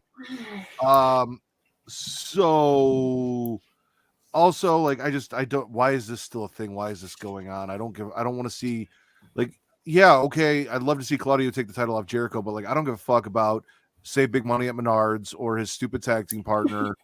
Wheeler Yuta and Daniel Garcia need to fucking end their feud. JAS versus the Blackpool Combat Club needs to come to an end. Like, I don't. Didn't they already do Blood and Guts already? They did. Yeah.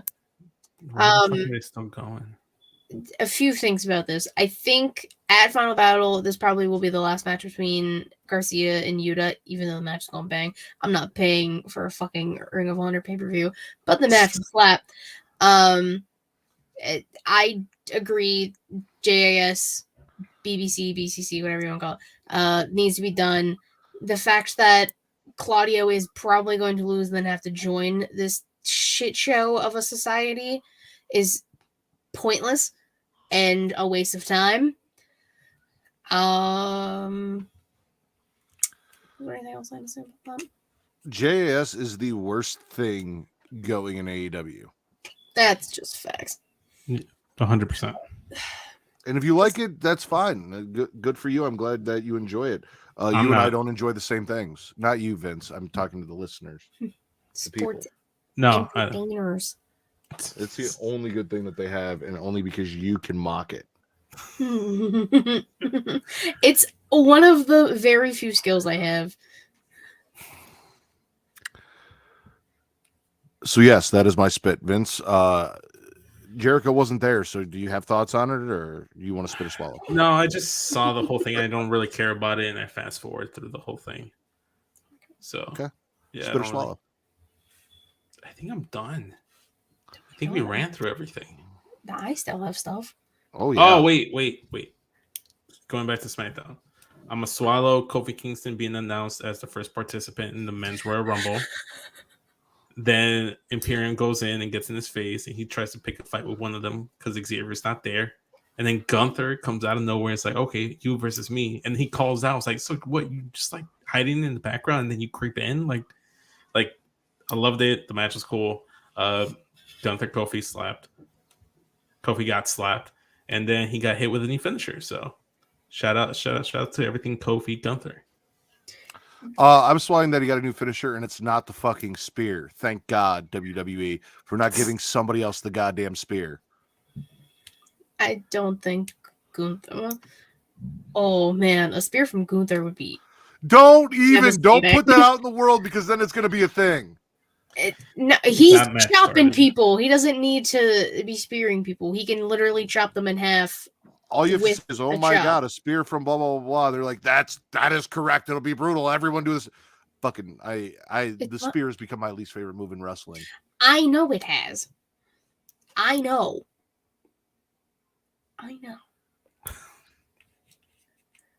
Jesus. Sorry, go ahead. Continue. What I was going to say. The Kofi announcing himself for the Rumble, a whole like month and some change before the Rumble even happens. Iconic. Good for Kofi. That means that man is already planning his spot, and hopefully it goes well this time. And he had a great match with Gunther. Like, I really was expecting like him versus like Giovanni Vinci or Ludwig, but him versus Gunther was something I was actually surprised about, and I loved it. Because if you can't have Xavier there, still utilize Kofi in some way, shape, or form. So 100%. All about it. I agree for sure. What was his spot last year? Because I know he didn't succeed in it, but what was the spot last year? Do you remember? I think it was when he tried to jump onto the barricade, but his foot slipped and he touched just barely. Oh, he was trying to do the John Morrison spot. I think so. Because John Morrison did the Spider-Man thing onto the barricade and then like jumped back in. Mm-hmm. So I think, okay, it might be that one. Yeah, I just remember him just like being on the barricade and then everyone around just like looking down, and then they all snitched that his foot touched, and then him just being sad. Yeah, the fucking fans snitched on them. All right, whoever was. Yeah. Listen, you can do all the bullshit you want on Straight Talk. I know Vince is here. That's not no Golden State Warriors, but no bastard. We don't do that here. That is Straight Talk exclusive. I don't care who's on the fucking show. I don't care what city I'm broadcasting from. No. Shame on you. Bad chat. Bad. That's Jesus and Justin. I know who the fuck it is. Shame on you. Can I spit Rampage because the Bulls lost? It's not your turn.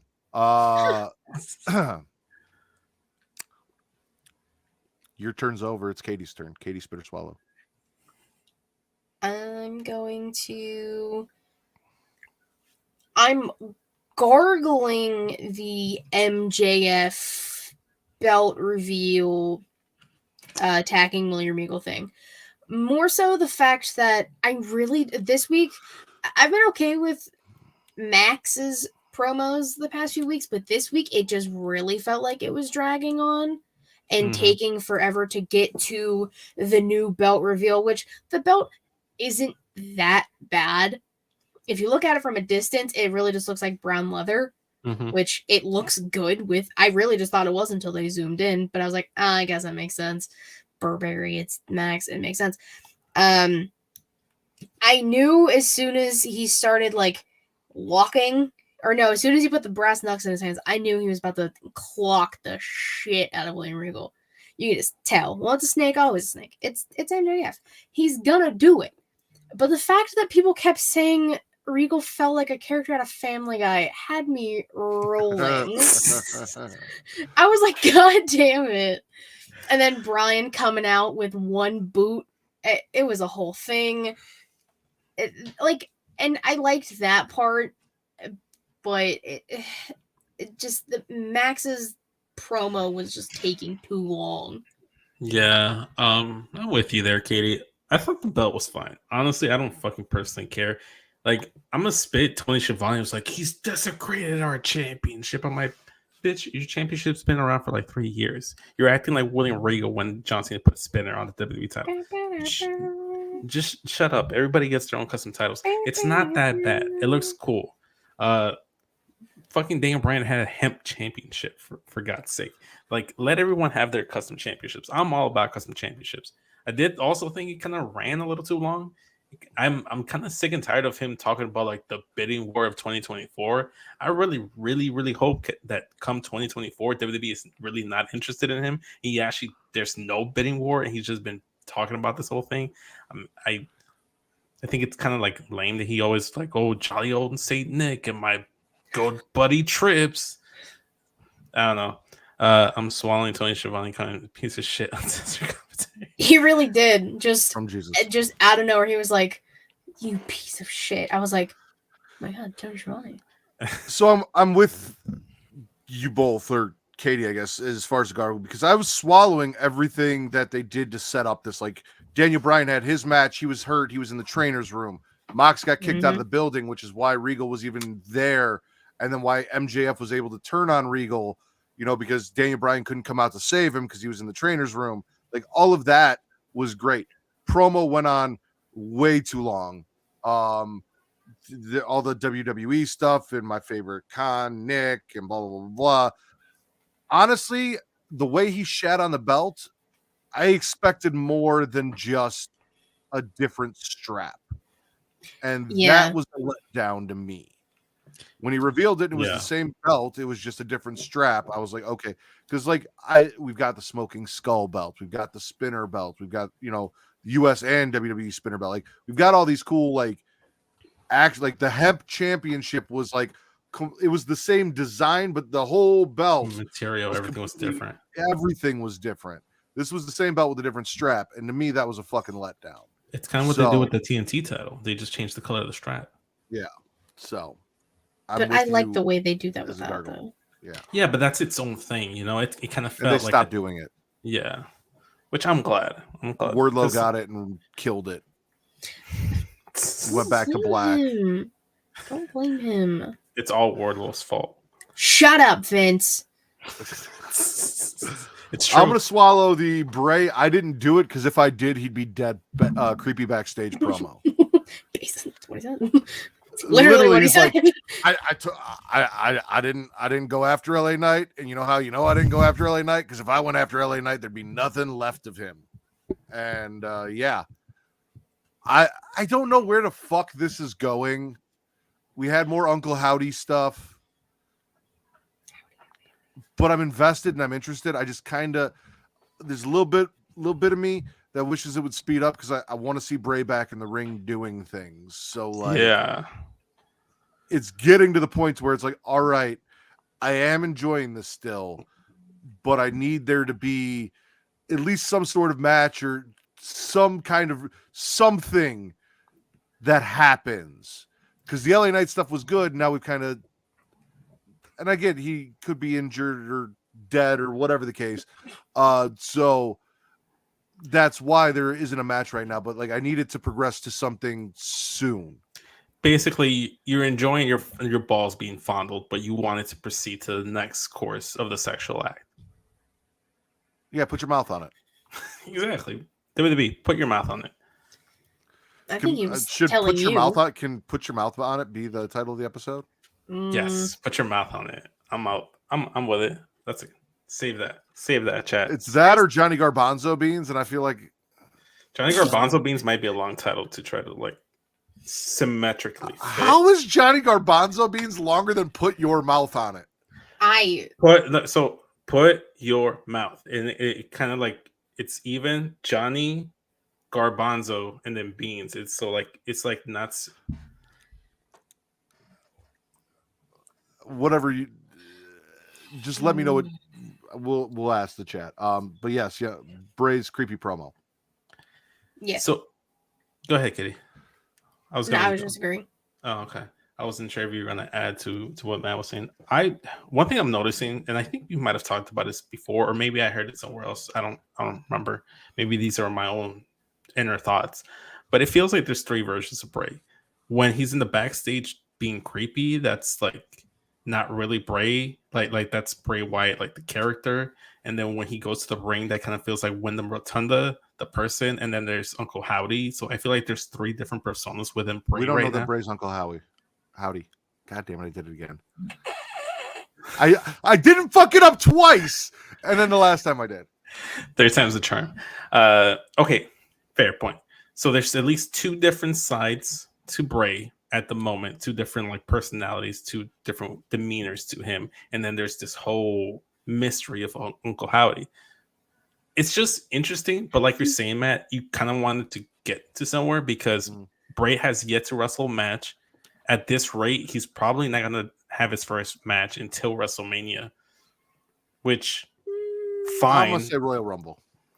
I was going to say, do you think he'll be in the Rumble? I hope he's not in the Rumble because I don't want to see him get eliminated. He won't. He'll win. And he'll beat Roman and he'll become champion. Whoa. And then he'll put Burberry on his belt.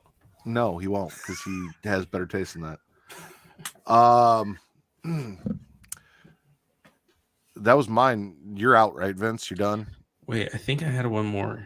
Oh, yeah. It's a spit because this is the last thing my man needs. He's going through a lot. You know, he's in a rough spot. Karen Cross looks to be targeting Rey Mysterio. That's the last thing this man needs is to be attacked by a psychopath. Who did Rey Mysterio piss off? Did he me? Triple H? Everybody for being a terrible father. You do realize what this is, Vince. It's the curse of Riddle. Yes, and you have agreed that it exists. You know that this man participated, and you've been fighting that he is getting his just desserts, and you can't acknowledge the curse of Riddle and then deny like Rey Mysterio is not curse free. Okay, no, Matt, it's the curse of Riddle. Yes, yeah, I'm not disagreeing with that point. All I'm saying is we've established that there's a timetable, coherent timetable between the amount of time that you spent with Riddle and the period of time it's been since you've been with Riddle. Because you look at Wesley, he's been the North American champion. He spent a few weeks with Matt Riddle, and then he's been gone away from him for a few months, and then he became champion.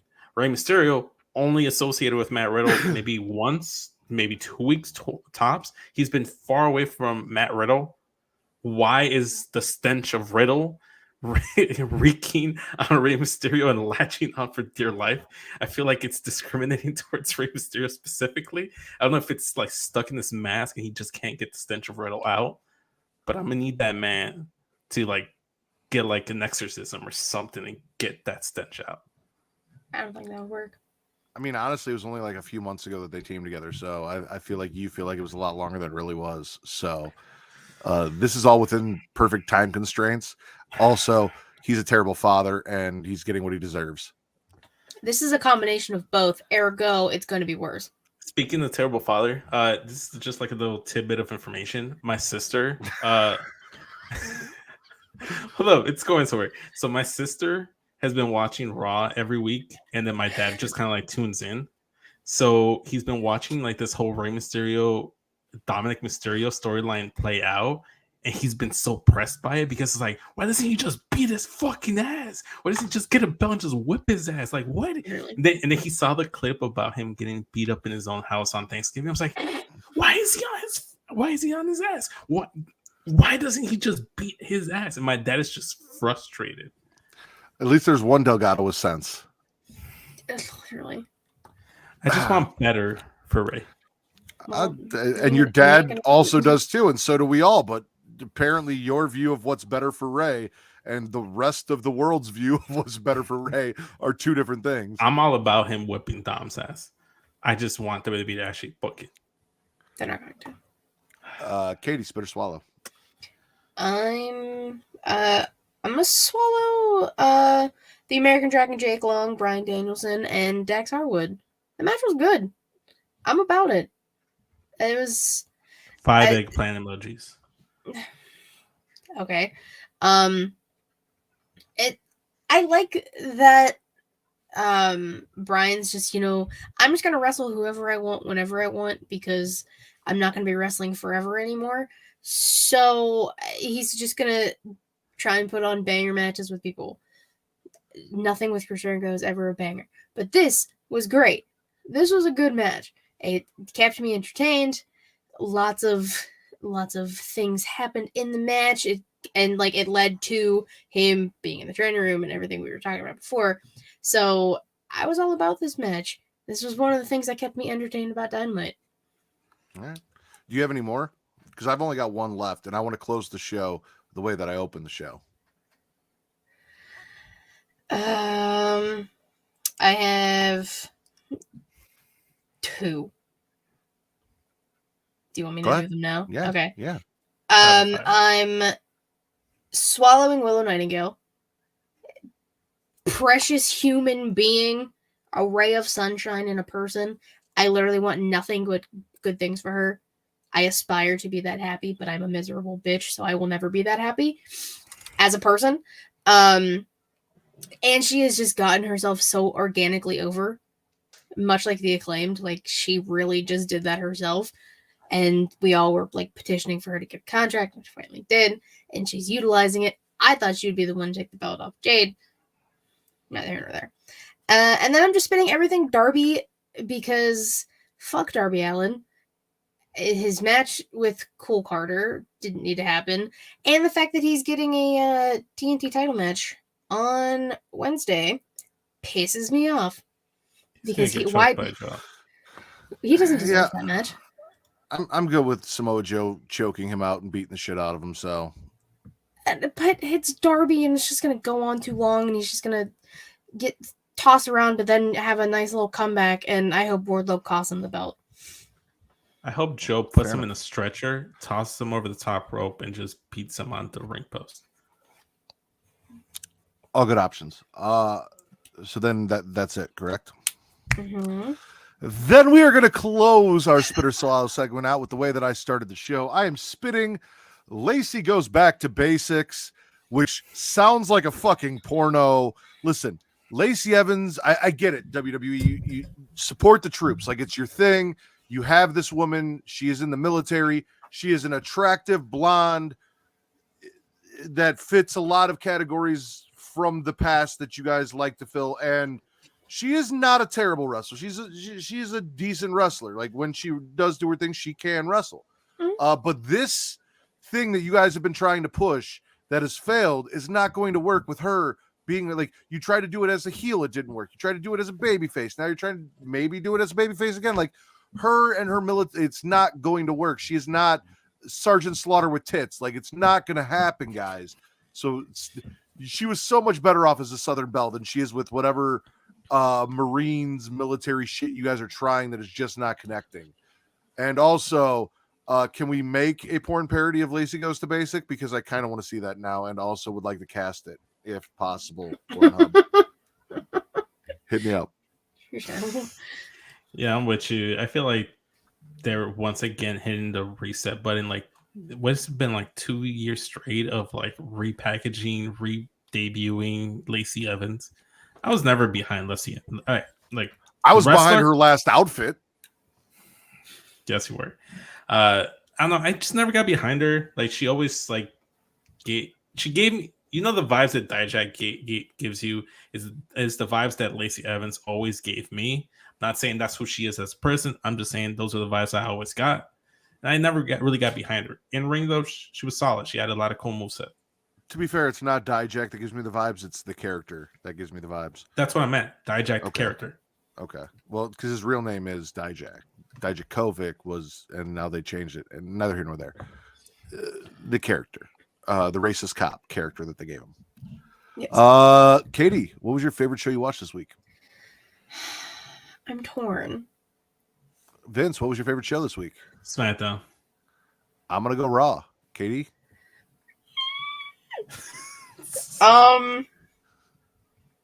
Fuck. For the sheer fact of the amount of matches that I got, I'm gonna go with Raw. The only reason I was kind of leaning SmackDown was Tegan Nox, but that was like only one thing. Raw gave me like Becky. You two are ridiculous. Dakota, Rhea, Candice. It gave me more. Jay and KO. I have to go Raw. As per the Smackin It Raw podcast, Raw was the best show of the week. I had a 2-1 vote, which has not happened in a very fucking long time.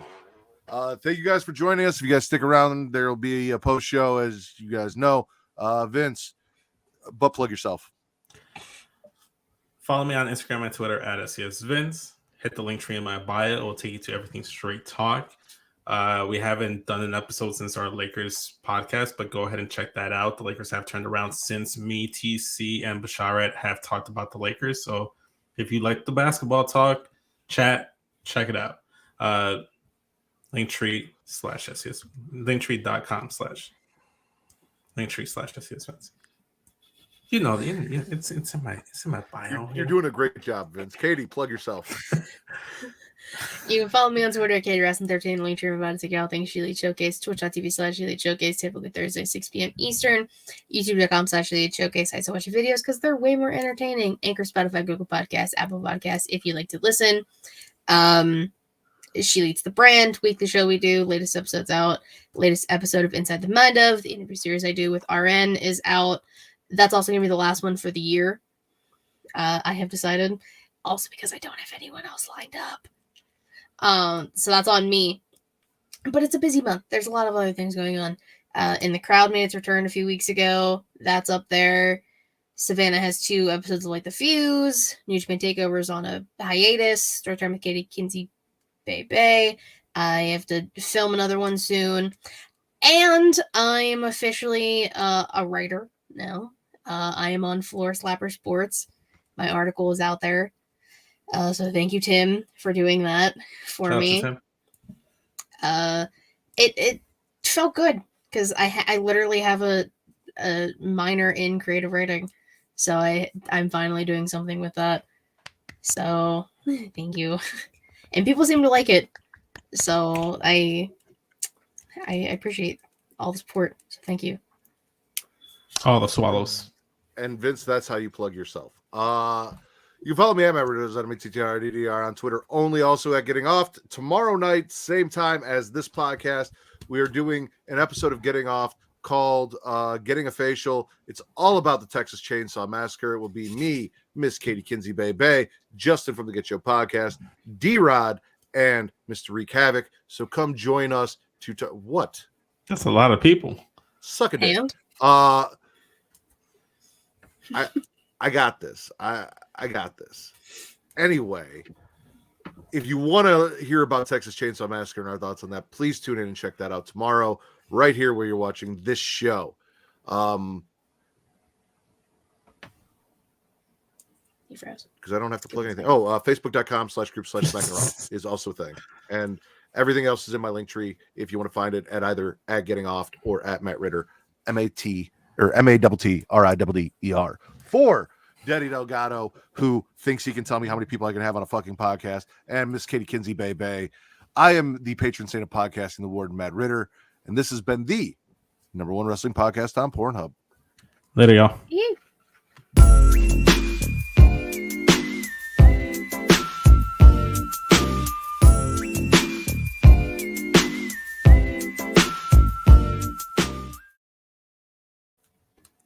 Making faces about my show. How dare you? Me? Yeah, you. Yeah, you. Because you said 5 people. I'm like, Jesus, that's a lot of people. Didn't we have more for Halloween? I think we had 5 exactly, for Halloween. You had exactly 5. Yeah. Okay. Vince. And it wasn't a long show. And it went didn't really remember. well. It did. Well, I still need to watch Leatherface. I have to do that tomorrow. It's the only one I have left. And then I have to like actually write down what happened in each movie because I already forget. well, There's a lot of movies. I got that covered. You don't have to worry about that. okay. I know. I'm gonna sign off because I have to be up at work for work in like 4 hours. So This is All disgusting. right. yeah. Wait. I'll make the thumbnail when I get to work in the morning because I'll Okay. be up anyway. Okay. Night, guys. Okay, bye. Wait. Did we settle on Oh, yeah. put your mouth on it? Put your mouth on it. It's the title. Okay. And then just leaves. I'm good with it. It fits the theme of how we do the show. Like, as much as I like Johnny Garbanzo Beans, and I'll continue to call him that, like, that's not really how we title our shows. I know. So. Ugh. Pull my shoulders away. We did have like 6 viewers at one point, so. You're welcome. The I shoulders appreciate work. Yeah, I know. It was also just Too fucking cold in Chicago, freezing. so. yeah, Yeah. It was like cold as shit this morning, and by the time I went to go get the title transfer to the car, it was like 50 degrees, and then it was like fine the rest of the night. I was just like, what the shit? I'm so sorry. Because he doesn't guys. love you like we do, Jesus. It's true. That show went long, I felt like. But I feel Yeah. like we spent a lot of time discussing shit in the beginning of the show. Like, we went on longer on certain subjects. Yeah. I thought it was going to be a short show because there was like no news and rumors, and it did not. That's usually how I think too, and then you know who my co-host is. So. I do. Also, I feel like maybe that 2-week break will be good because I don't know. Like I said, I've got a lot going on. I've been distracted. I might be feeling a little bit of burnout, at least on the wrestling every week. So maybe taking 2 weeks off will. Okay, I get it. Yeah. I do 2 wrestling shows back to back every week. And I have been the majority of the year. Yeah, but I've been doing this for 5 years. I've been doing it for 2. Yeah, I know. I got 3 years on you. But there was also a time where I was doing like 3 shows a week. Okay, listen, let's talk about that for a second because that's some bullshit. Like that. So it drove me insane because they're like, "Oh, we've done this many episodes." It's like, yeah, but you guys did. I do what you do in less one time episode. in one fucking episode. You guys did an episode for every show, and that shouldn't count. Like, it should count as 1 episode per week. Just because you guys decided to break up all the shows doesn't mean you get to count each one as an episode. Like, not you. Oh, Them. I was like, Yes, excuse them. me? I was like, because they're like, oh yeah, we're on episode 5. I'm like, yeah, but you do 5 fucking shows a week, so of course you're on episode 500 and whatever the fuck. I mean, but that's very true. I'm curious to see what I'm at. I don't know. That I is feel correct. My batteries need to be recharged, and it'll be cool because hopefully within like the first couple episodes, I'll be in like this stuff will be here, but it'll be different. I'll be in a new room. I'll be in a new house.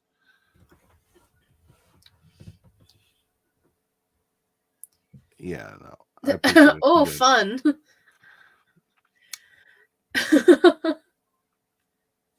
Sorry, what Yeah. were you saying, Katie? No, like having a new setup's always a good time. Like, No, before that. I don't We're know. talking about the Smack Raw numbers and shit, and then I kind of Yeah, I don't know. No, you're fine. If I fucking hit this thing one more time, I need a new desk. It's just I have another one, and I think I need to set it up, but I'm just gonna like try and wait until I officially move. But I wanted to see if that's not what I would have hit. How many episodes of She Elite there have been? Because I don't know. You don't number them? I did at the time, like in the beginning, but then like when I was putting them in Anchor, and then I just gave up. So I think it's too much work. I date them, but I don't number them. Oh, that's good. Okay. Oh, and not including Inside the Mind ofs. Fuck. 9, 10. Or In the Crowds, or Storytime with Miss Katie Kinsey Bebe. I know. 18, 19, 20, 21, 4. I'm going to go pee on somebody's face. Probably my toilet. While you're counting your episodes. So count out loud and talk to Jesus, who I think is the only one that's still here. Okay. My God. Alright, so 1, 2, 3, 4, 5, 6, 7, 8, 9, 10, 11, 12, 13, 14, 15, 16, 17, 18, 19, 20, 21, 22, 23, 24, 25, 26, 27, 28, 29, 30, 31, 32, 33, 34, 35, 36, 37, 38, 39, 40, 41, 42, 43, 44, 45, 46, 47, 48, 49, 50. Oh my God, we're only at 50? Jesus, 51, 52, 53, 54, 55, 56, 57, 58, 59, 60, 61? That's it? Only 61? I have to write that down or I'm going to forget. 61 episodes of... Why did I put E twice? She Elite. That's insane. I definitely thought it would have been more than that.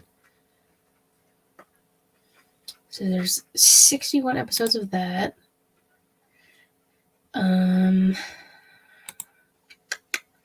Inside the Mind of Us 22.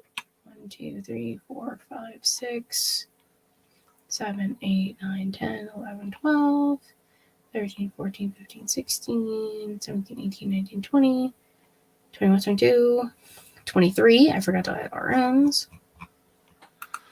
Are you there? I am, yes, I am. 61. Oh, nice. Which I thought there would have been way more. But Why? 61, I don't know. I just feel like there was more. 61 episodes of that, 23 episodes of Inside the Mind of. In the Crowd, 1, 2, 3, 4, 5. I think New Japan Takeover has like 3. I don't know. And then Light the Fuse has 2. 2 vlogs. A story time with Katie Kinsey Bebe. A partridge and a pear tree. There's a lot happening on the channel. A partridge in a pear tree. And a partridge in a pear tree. Yeah. 8 more episodes. Nice. Yeah. And then I get 69. So you got like a voodoo doll or something that you're going to use to get this win? Listen. There's nothing I can do. It's a fucking half point. Like, I can't, I physically can't do anything. Very true. So You could kill him.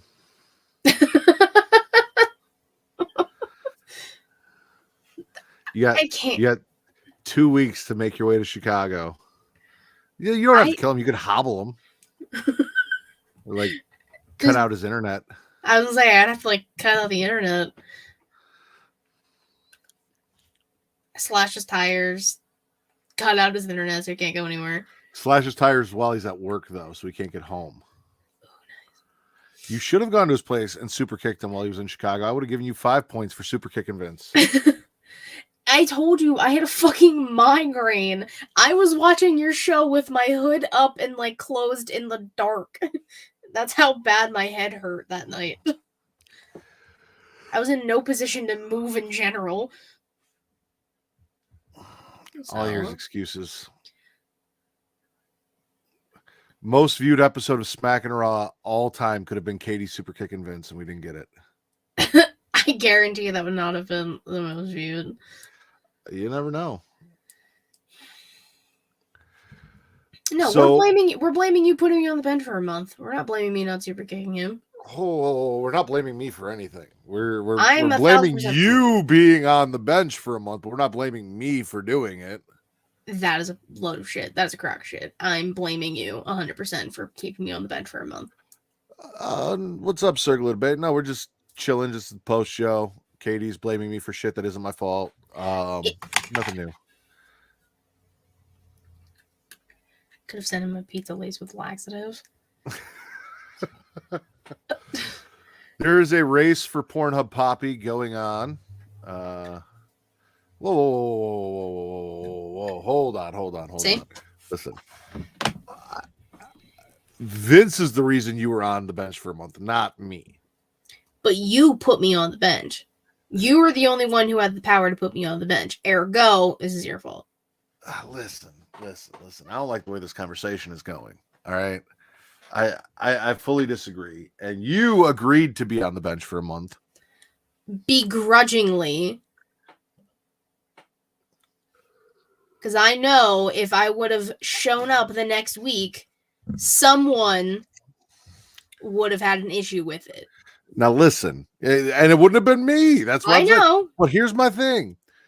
All right, I'm like, listen, you got put on a bench for a month. That's your excuse for not winning. Like, if you had those 4 weeks, you would have won. Nowhere in there did I say you got to blame me for that show. I'm blaming you. That was not part of the agreement. That's unfair. Yeah. I am your special counsel. All right. My special counsel put me on the bench.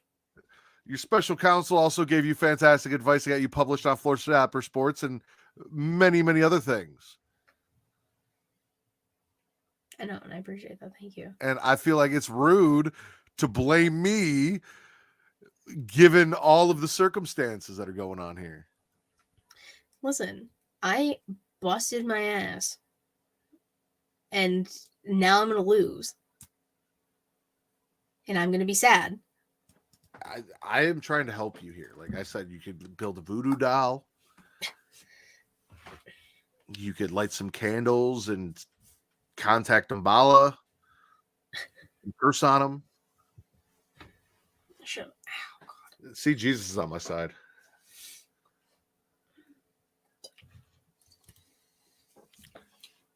Listen, like I said, I have done my best. I have shown up when I have shown up. And Circle of Debate's on your side, Jesus is on my side. It's a split chat right now.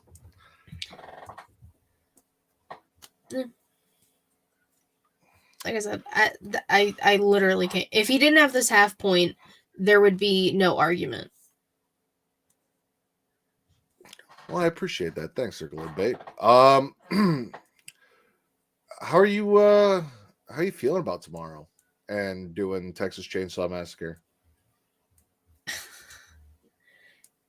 Are you asking because I tweeted I have a lot of feelings about Texas Chainsaw Massacre? Oh, that, and we're doing it with D-Rod.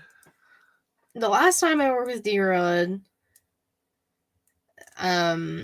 was oh god, he came on some pay-per-view recap with me, and it was just me and him, and I wanted to die because it was just like the way he was talking to me, it seemed very sexist, and I was not feeling it. But he's also from like Alabama or some shit, so it's not surprising. And that was the last time I think I even talked to him. I have no issue with him. After the fact, I don't fucking care. I just don't talk to him. Plus, I have you, Just, and Reek. I am fine. Yeah, they could be okay. Listen, you have protected me from one bad person this year. So that's what I'm here for. To answer Jesus's question, essentially what happened was Vince was under the impression when all of this started, and it may have been something I said at the beginning, that Katie was only going to be on the show when Vince was not available. And he felt like me bringing Katie on as much as I have was unfair and blah, blah, blah, blah. So to appease Vince's agitation at the situation, Katie agreed after a discussion to take 4 weeks off and come back after her Chicago trip. This was not like I came to Katie and said, I'm putting you on the bench for 4 weeks. I said, this is the situation. Would you be okay with it? And she said yes. Because I'm begrudgingly. Nice. That's why.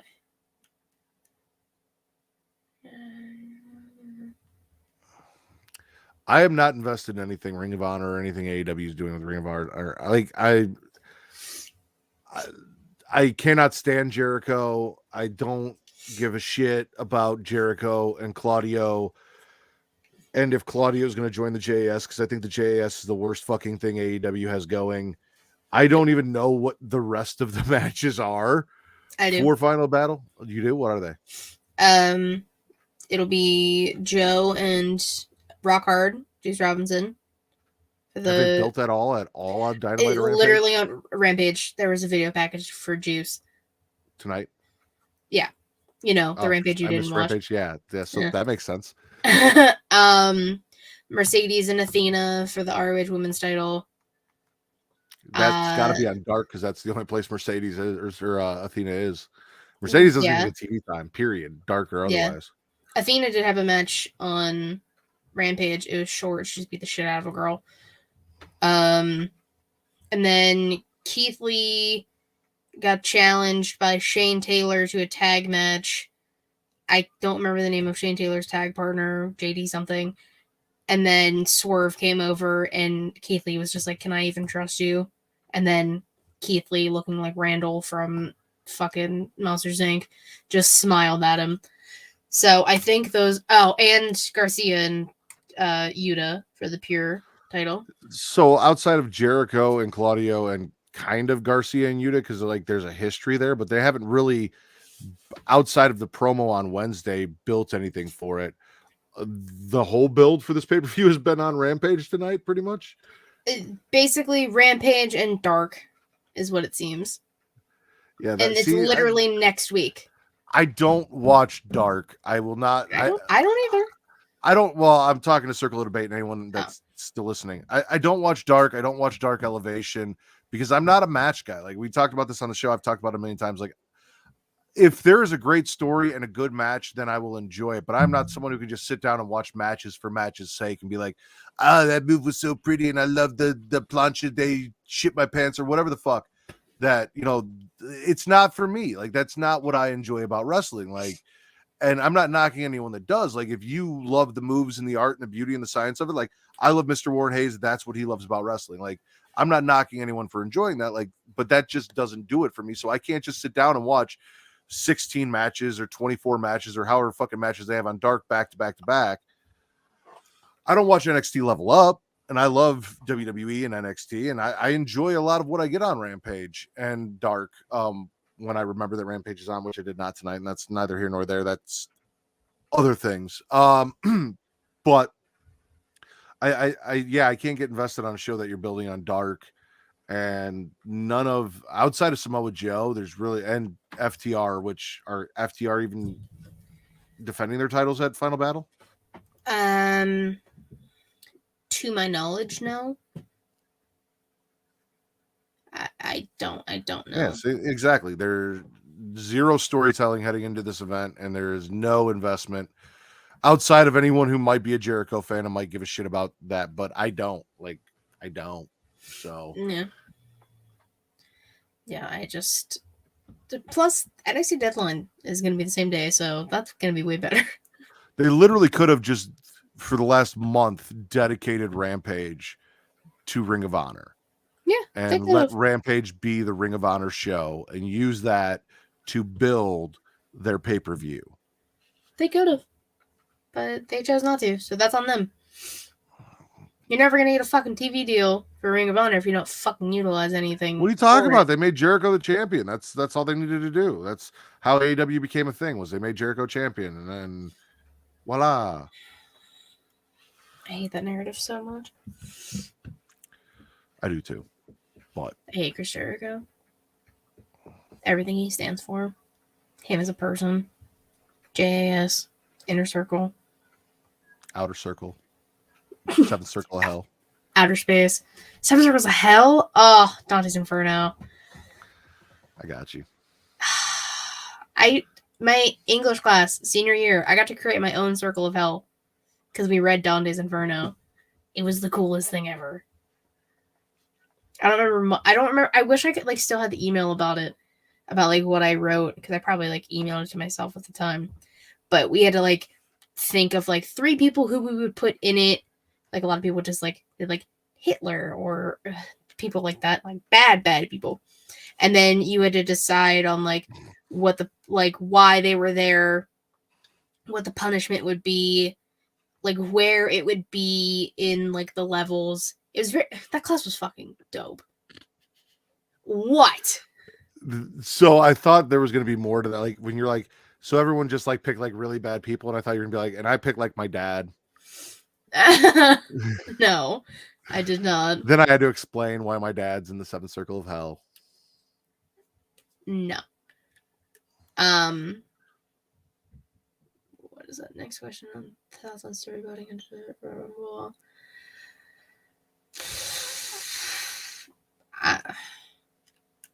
I don't know.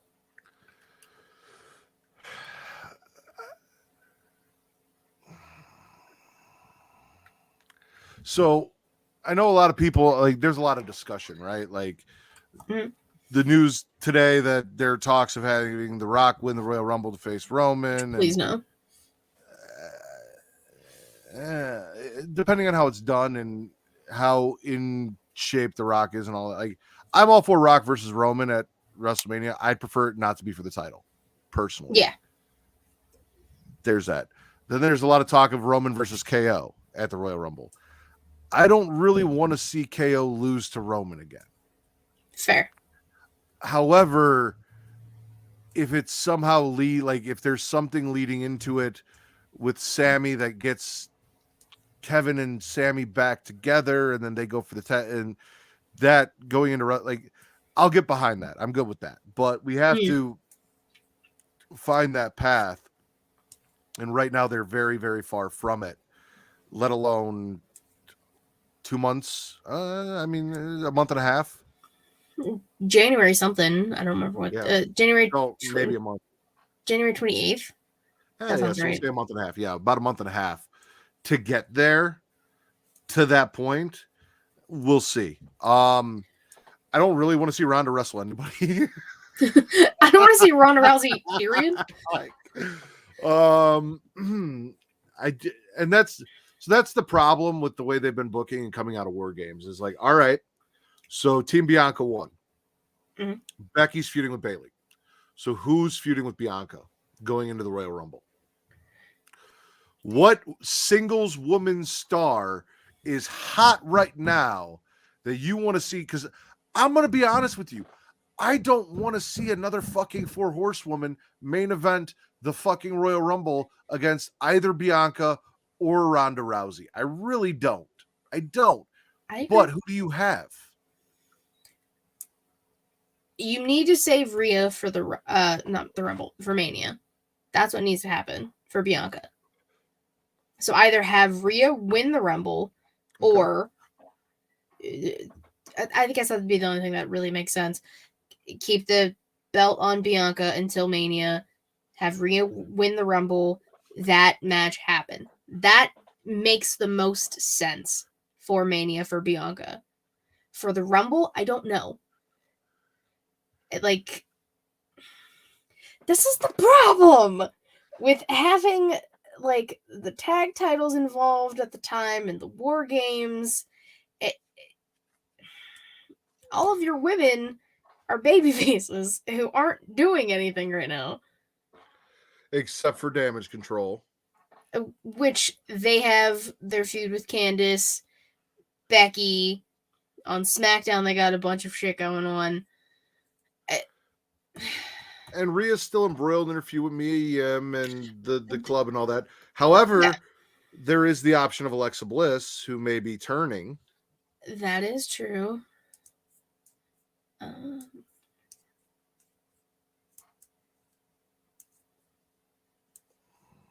See, I don't even want to see the Ronda Becky match anymore. I wanted if I wanted to see it, it should have been during Ronda's first run in the very beginning. I'll be honest with you, Ronda hasn't had a good match since she did that mixed tag match at WrestleMania. I mean, I agree.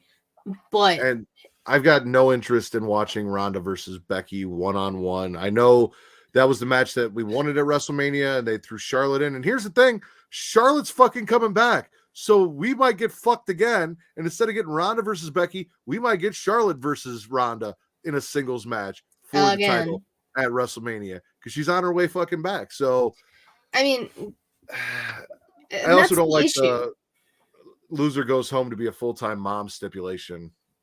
Good. So Ronda can go home and be a full-time mom. Well, the idea, I guess. I don't know. Because Becky can stay. Ronda can get the fuck out. Becky's going to have to... Yeah, see. Well, Bianca did say in that press conference she wants either Rhea or Charlotte. She did say both. Because she wants to defeat all 4 horsewomen, and Charlotte's the only one she has left. Okay. She's beat Sasha, she's beat Bayley, she's beat Becky. But not at WrestleMania. So if she beats Charlotte at WrestleMania, which is a big if, because she has now been champion almost 2 years now. Bianca? Or no, she won the title back at Mania. No, won it at Mania. Wait. Yeah, she won it at Mania. Did she lose it in between that time? Well, no, because she won it at Mania from Sasha, and then lost it at some point, and then got it back. Fuck did she lose it to? I don't remember at this point. I don't either. But she won it. She won it the last 2 Manias. I feel like she defended her title at the last Mania, but I could be. I could be wrong there. Didn't she beat Becky at Mania? Maybe this year. Well, that's what I'm saying. If she beat Becky and she beat Sasha at Mania, and then she beat Charlotte at Mania, that's 3 of the 4 horsewomen at Mania. But she was just more so saying that she's not at Mania, but she's beat 3 of the 4 already. She lost it to Becky and then got it back from Becky. That makes the most sense. I'm glad somebody's here to help us. Yeah, I mean, I don't want to see it, but like, we're fucked. We're fucked either way. It doesn't matter. We get screwed. I don't want Charlotte holding a title again for a while, especially after coming back after how long? She's been gone for a hot minute. Yeah. I just don't want her holding a title. But she's the only person who could logically take the belt off Ronda, at least. It does feel like, and not that I'm complaining, though, with War Games and everything else, like there hasn't been a lot of outside of Damage Control. I feel like there hasn't been a lot of variety in Bianca's opponents at pay-per-views. It was Becky for a very long time, then Damage Control showed up, and then it was Bayley for like 3 pay-per-views. Exactly. And then she didn't defend it at Survivor Series. And at this point, not that it's a bad thing, but it does feel like Bianca's been champion for a long time. Like the majority of 2 years, I feel like she was champion. Yeah. From WrestleMania 2 years ago, going into this upcoming WrestleMania. So you gotta no. See, I don't. because I am not a business person and I don't give a fuck about the business side of wrestling. And that is one thing I am very adamant about. I am a viewer who is here to be entertained, who is here to find the things in wrestling that I like to watch. I don't care about the business side of it. While I respect people that do and, think about that and get into all that, I that does not factor into my enjoyment whatsoever, my view of what goes on. That's why I don't give a fuck about Logan Paul being on my TV. That's why I don't give a fuck about any of that extra shit. Or when people are like, but Ronda Rousey is I don't care because Ronda's trash and I don't want to see her on my TV. Like, I don't care about the business side aspect. That's somebody else's problem to deal with and figure out. And I feel like there's got to be a way to do it where you can build up women other than the 4 horsewomen or Ronda Rousey to be in that. I mean, they got an organic push for Liv. We got her to be champion. Like, we wanted to see it and we got it. Like, We made that they happen. didn't do much with it after she won it, But we got it. and that could have been a WrestleMania moment, like easily a WrestleMania moment, like getting behind Liv and the organic push for her and all that. Like, there are other things you can do to get people invested and watch. Yeah. But I cannot see it in the business aspect. I'm not a corporate person, and I hate the business argument for shit that I don't enjoy. Kind of like Jericho. Like, well, from the business side of it, It's like, okay. yeah, but if it's for the business aspect, then in Jericho's case, then why haven't they gotten anything for it yet? Well, because it was a poor business decision. Exactly. Coke fueled And- business practices. And if you don't utilize him on TV as your champion, yeah, you had 3 matches with 3 very random former Ring of Honor champions. You know who AEW needs back? Adam Cole. That's not Adam Cole though. Like that, he's the one that broke his back or whatever the fuck he did. I don't know what Concussion? happened. I think it was concussion. Yeah. But there's been legit 0 update on it, and it low-key worries me. Yeah, it was a concussion, I believe. And I think it's I think everyone gets confused because the reason Daniel Bryan wasn't wrestling wasn't a neck thing. And I feel like everyone ropes him into all the neck stuff but his shit was concussions. And that they were testing him for concussions when he came back and his brain and all that shit. And that might be where Adam Cole is as well, as one too many bumps on the fucking head, one too many Canadian Destroyer, Panama Sunrises, super kicks to the face, whatever. He's got a big ass fucking head and his brain shook around it. He does. He does. Come on. No, be honest. Sensitive. Be honest. He can hear you. I know, but be honest. He's got a big I got a big fucking head. He's got a big fucking head. Why? But damn, you don't gotta say it to his He's face. got a big head, tiny body. He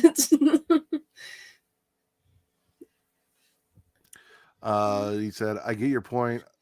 And I was speaking on that part, but as a fan, I agree with you. But it's the nature of the business, unfortunately. We're old school, but we're living in the modern time. But I'm with you. Yeah, I guess.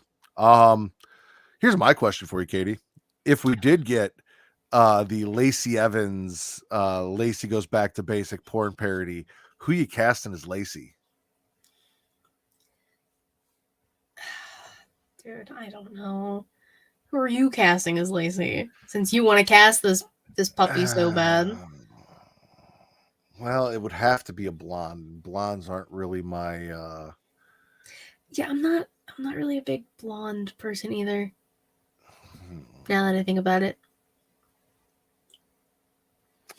I just said I wanted to cast it so I could cast a porno. That was the whole point of me saying I wanted to cast it. I didn't actually have someone in mind.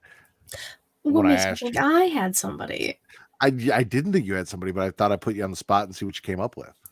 I can't think of a single blonde porn star.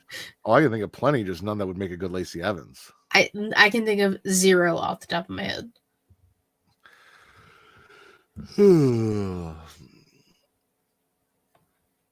I got nothing for you. I mean, it's a parody. They could always wear a wig.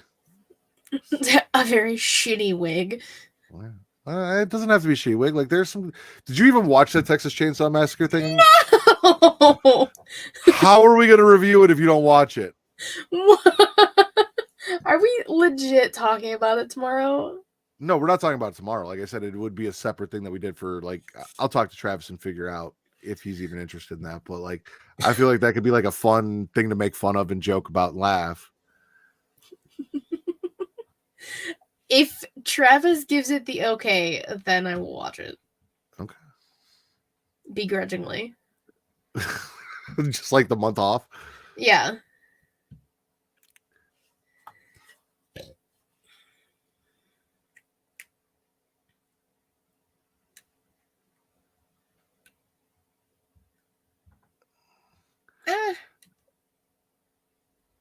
The issue with Cole, I feel that they allowed him to work that way, getting back-to-back concussions. This part was Cole's fault to pressure them just for him not to lose his spot. I think I get what he's saying. I think he's saying that Cole pressured them to let him work despite the concussions so he wouldn't lose his spot. And that part's on Cole because he should have taken time off after the first concussion to get better. And now we're at where we're at. I think that's what he's saying. I feel like that would 1,000% be on the company for allowing him to wrestle if he wasn't fully cleared. Well, I don't know that he wasn't. He might not. I don't know. It's AEW. There is a lot of issue with, which I get and I don't get, because like you always hear, and it's a very old school mentality. If you're not on TV, they forget about you, right? And you always hear wrestlers say, "I don't know if I come back if people are going to care," but they always do. Like, Always. if you're a big star like an Adam Cole or something, like they're gonna care. Like Edge, of course they care. Like those kind of wrestlers, they're gonna care about. And I'm not saying Adam Cole is on the level of an Edge, but I'm saying he is a big enough star to where people, when he comes back, they're gonna pop, they're gonna remember, they're gonna cheer. He's not gonna be forgot. As soon as they hear the, it's all about the boom, place is gonna fucking erupt like they did when he debuted. Yeah. So just like, let him run the kingdom, destroy the elite, and take over the company. I'm just saying. It makes sense logically because Robert Fish Sr.'s gone. Kyle O'Reilly had surgery. Don't know what the update with him. The Kingdom, Cole was already a part of in the past. They're technically, I think, in AEW, but they were also only on TV like twice. Maybe they're just waiting for Cole to come back. He had this vendetta against the Elite. He wanted to get rid of them, and thus turning his back on the Elite. And then he literally turned his back on the Elite, and then like 3 weeks later he got hurt. So it's just very poor timing. But it would just make sense. Just do it, Tony Khan. So I don't know anything about the Kingdom or his history with the Kingdom or anything like that. I'm gonna need a video package or something to explain that to me, to make it make sense when it comes on TV, because that's just how I am, and I'm one of those people. I need you to pick something. I know. I'm looking at them. I was gonna put it up on the screen, but Oh, so you sent them to me. well, I sent them to you, so I had them on the computer so I could pull them up on the screen. Oh, that's right. I forgot you did it that way. Yeah. All right. Well, then I'll just say my vote out loud. I know what your vote's going to be already, but yeah, because I fucking suggested it. Also, I think it's just funnier.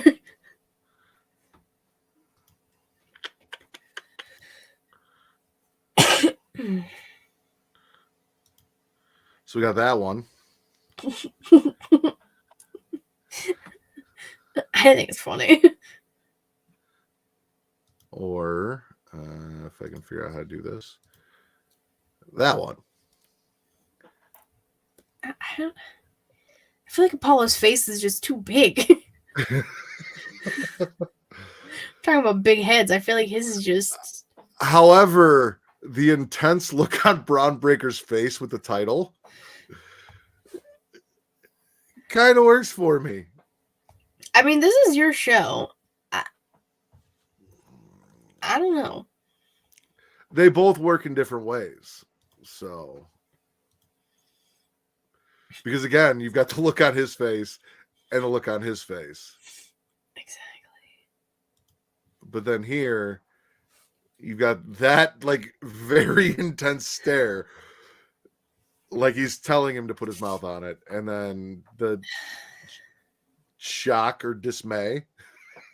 I don't even think it's either of those. It just looks like he's just. I don't even think he has an emotion in it. He's just talking. Worst case scenario, flip a coin. That'll be a tough one. We're seeing the O. Question for you both now. With Tegan Knox returning, and we're seeing the. We're gonna have to wait for the rest of that.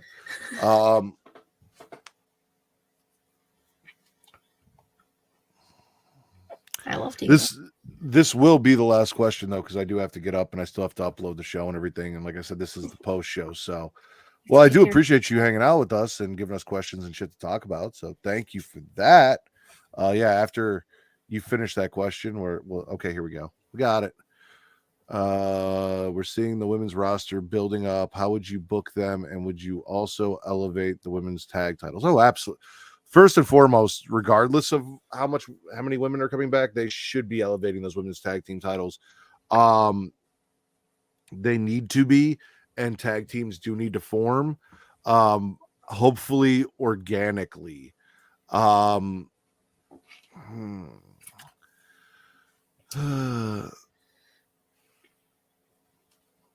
So Tegan and Liv, like,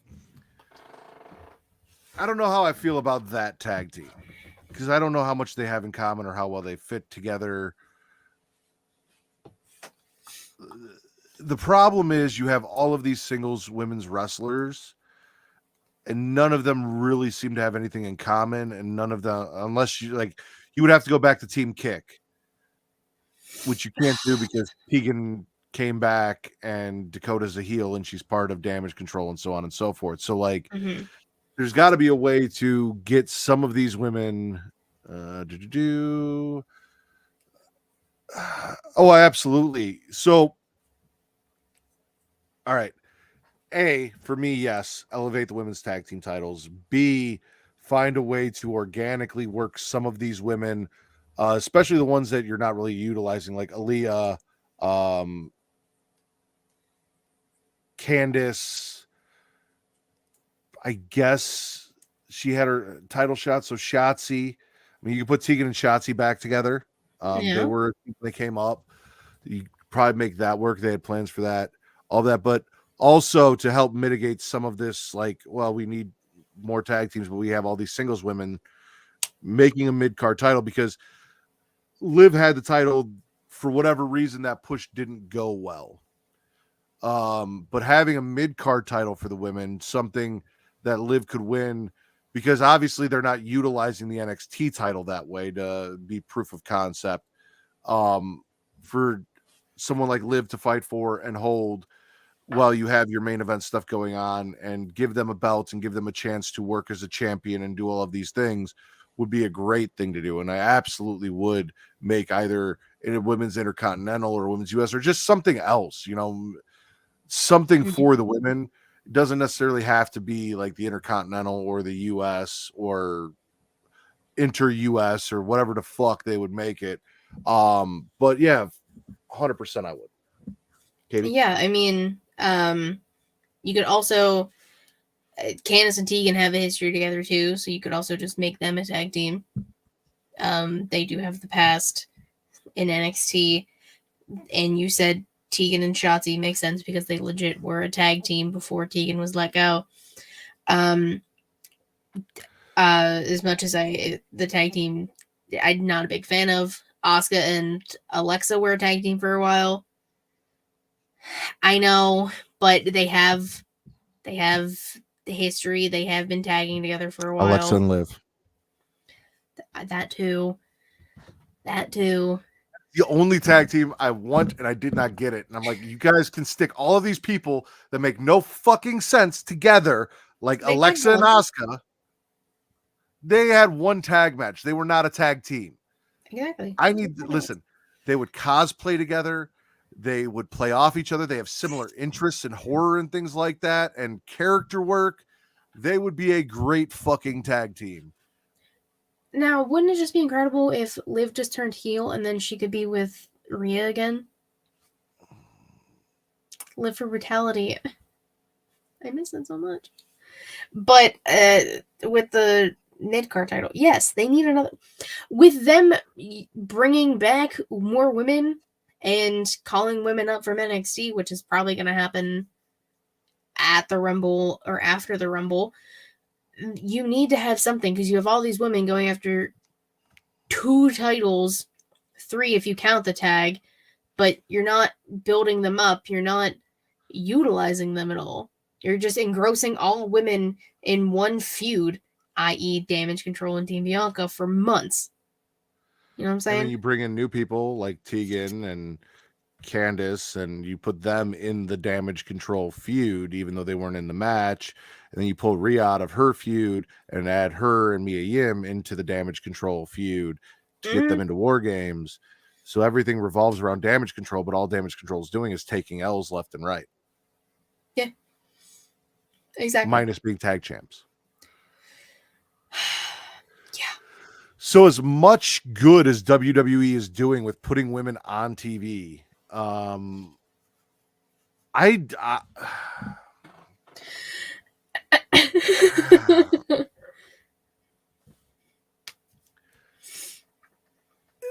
so Toxic Attraction would be a boon for both the women's main event title with Mandy, as well as the tag team titles with Gigi and JC. Mm-hmm. I also don't think we need more women on the main roster at this point with everyone we brought back and everything we have, and the fact that it's centered around Damage Control. Now, if there was an actual fucking brand split and you wanted to make Damage Control like what they did back when they did, they had the Riot Squad and what the fuck was Paige's group called? PCB? No, with Mandy and Sonya. Oh. Hold.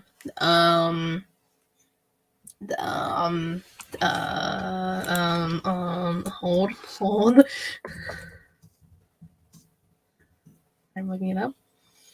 It was the Riot Squad and fuck. I think it's Staple. What is the name? What is the name?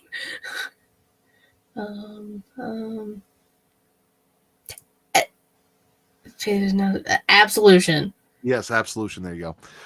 So they want to do something like that, where Toxic Attraction was the main heel 3-woman faction on, say, Raw, and Damage Control was the main women's heel faction on SmackDown. Yeah. And they wanted to run that course, and they were actual separate brands. And everyone was assigned, and no one was coming over from fucking Raw to SmackDown and blah, blah, blah, blah. And that's the way you wanted to run it, then absolutely bring them up. Indy, I don't know, because I don't know, where Indy fits in NXT, let alone up on the main roster, because are you going to reunite the way? When you minus Austin Theory?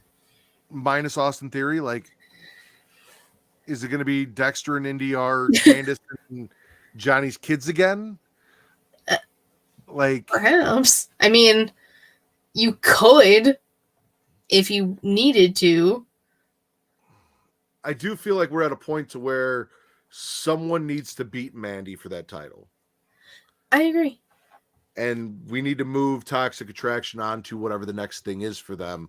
Probably the main roster. Though I don't really feel like JC and Gigi have done all they can do or really fully expressed themselves in NXT the way that Mandy has. Yes, they've been tag team champions, and if you keep them as tag teams, that's fine. But I see a lot of potential in Gigi for more than that. So, well, I wouldn't hate it, and they do need women's tag teams, so I'm not going to say break up a tag team because they need legit tag teams. Also, hopefully with the Triple H era, we see something a little different where you don't get called up from NXT and then immediately get shit on because you're an NXT wrestler coming out of development and you need to build yourself on the main roster. Hopefully some of that, we're former tag champs, even though it was in NXT, count towards their credibility on the main roster as tag champs. Yeah, I don't know about Indy though. And like I said, there's so many women and we're just sticking them all in one story. So like, there honest God needs to be a legit brand split. Unless you call up Indy and have Indy and Candice tag. Oh, well, they were a tag team in NXT. This is true. They held the titles down there. I almost forgot. But if you do a legit brand split and have the only people who are able to travel be the women's tag team title holders, because they have to, and people who like the Bloodline because they hold all the titles. No. Well, as of right now, unless they split everything, they have to. If you're going to do a brand split, you have to split everything. I understand that, but it's WWE. Like, you already have a Raw Women's title and a SmackDown Women's title. Those are separate. Separate everything else. So that's what they need to do, but they're not going to do it. So I don't know. He might. And I kind of hope he is, because I do think that we need the brand split and it needs to be done properly and not the way that Vince did it for the last like fucking forever, pretty much, where he just made up excuses to get people on SmackDown that were on Raw for shits and giggles. And definitely don't do a draft right before fucking Survivor Series if you're going to make it brand supremacy. Don't do that. The draft should happen after WrestleMania. Like, the night after WrestleMania every year should be the draft, because that's when all the callbacks come in, and it should be like the Raw and SmackDown after Mania. Like, it should be both shows. That's what they told them. I'd love if they did what they originally planned to do with the tag team titles for the women and made it all three brands and let those women travel. NXT got a little love, but not as much love as I think they should have for those tag team titles. And also it gives you a chance to, okay, here's a women's tag team on NXT. We've put the tag team titles on them. Now they can come up to Raw and get some reps on the main roster here and there and see if after, we take the titles off them, if they're ready to be on the main roster, go from there. That makes sense. But all right. It is now 2:05 in Chicago, and I have to get up and do things with my child in the morning. So, Circle of Bait, thanks for being here. Everyone else that's hanging out, thank you for hanging out with us for this long-ass post show that Vince bailed on. And I hope everyone has a good night. Yeah. That's it? You're just going to chug your Pepsi and say, yeah? Yes, sir. Okay. Bye. Bye.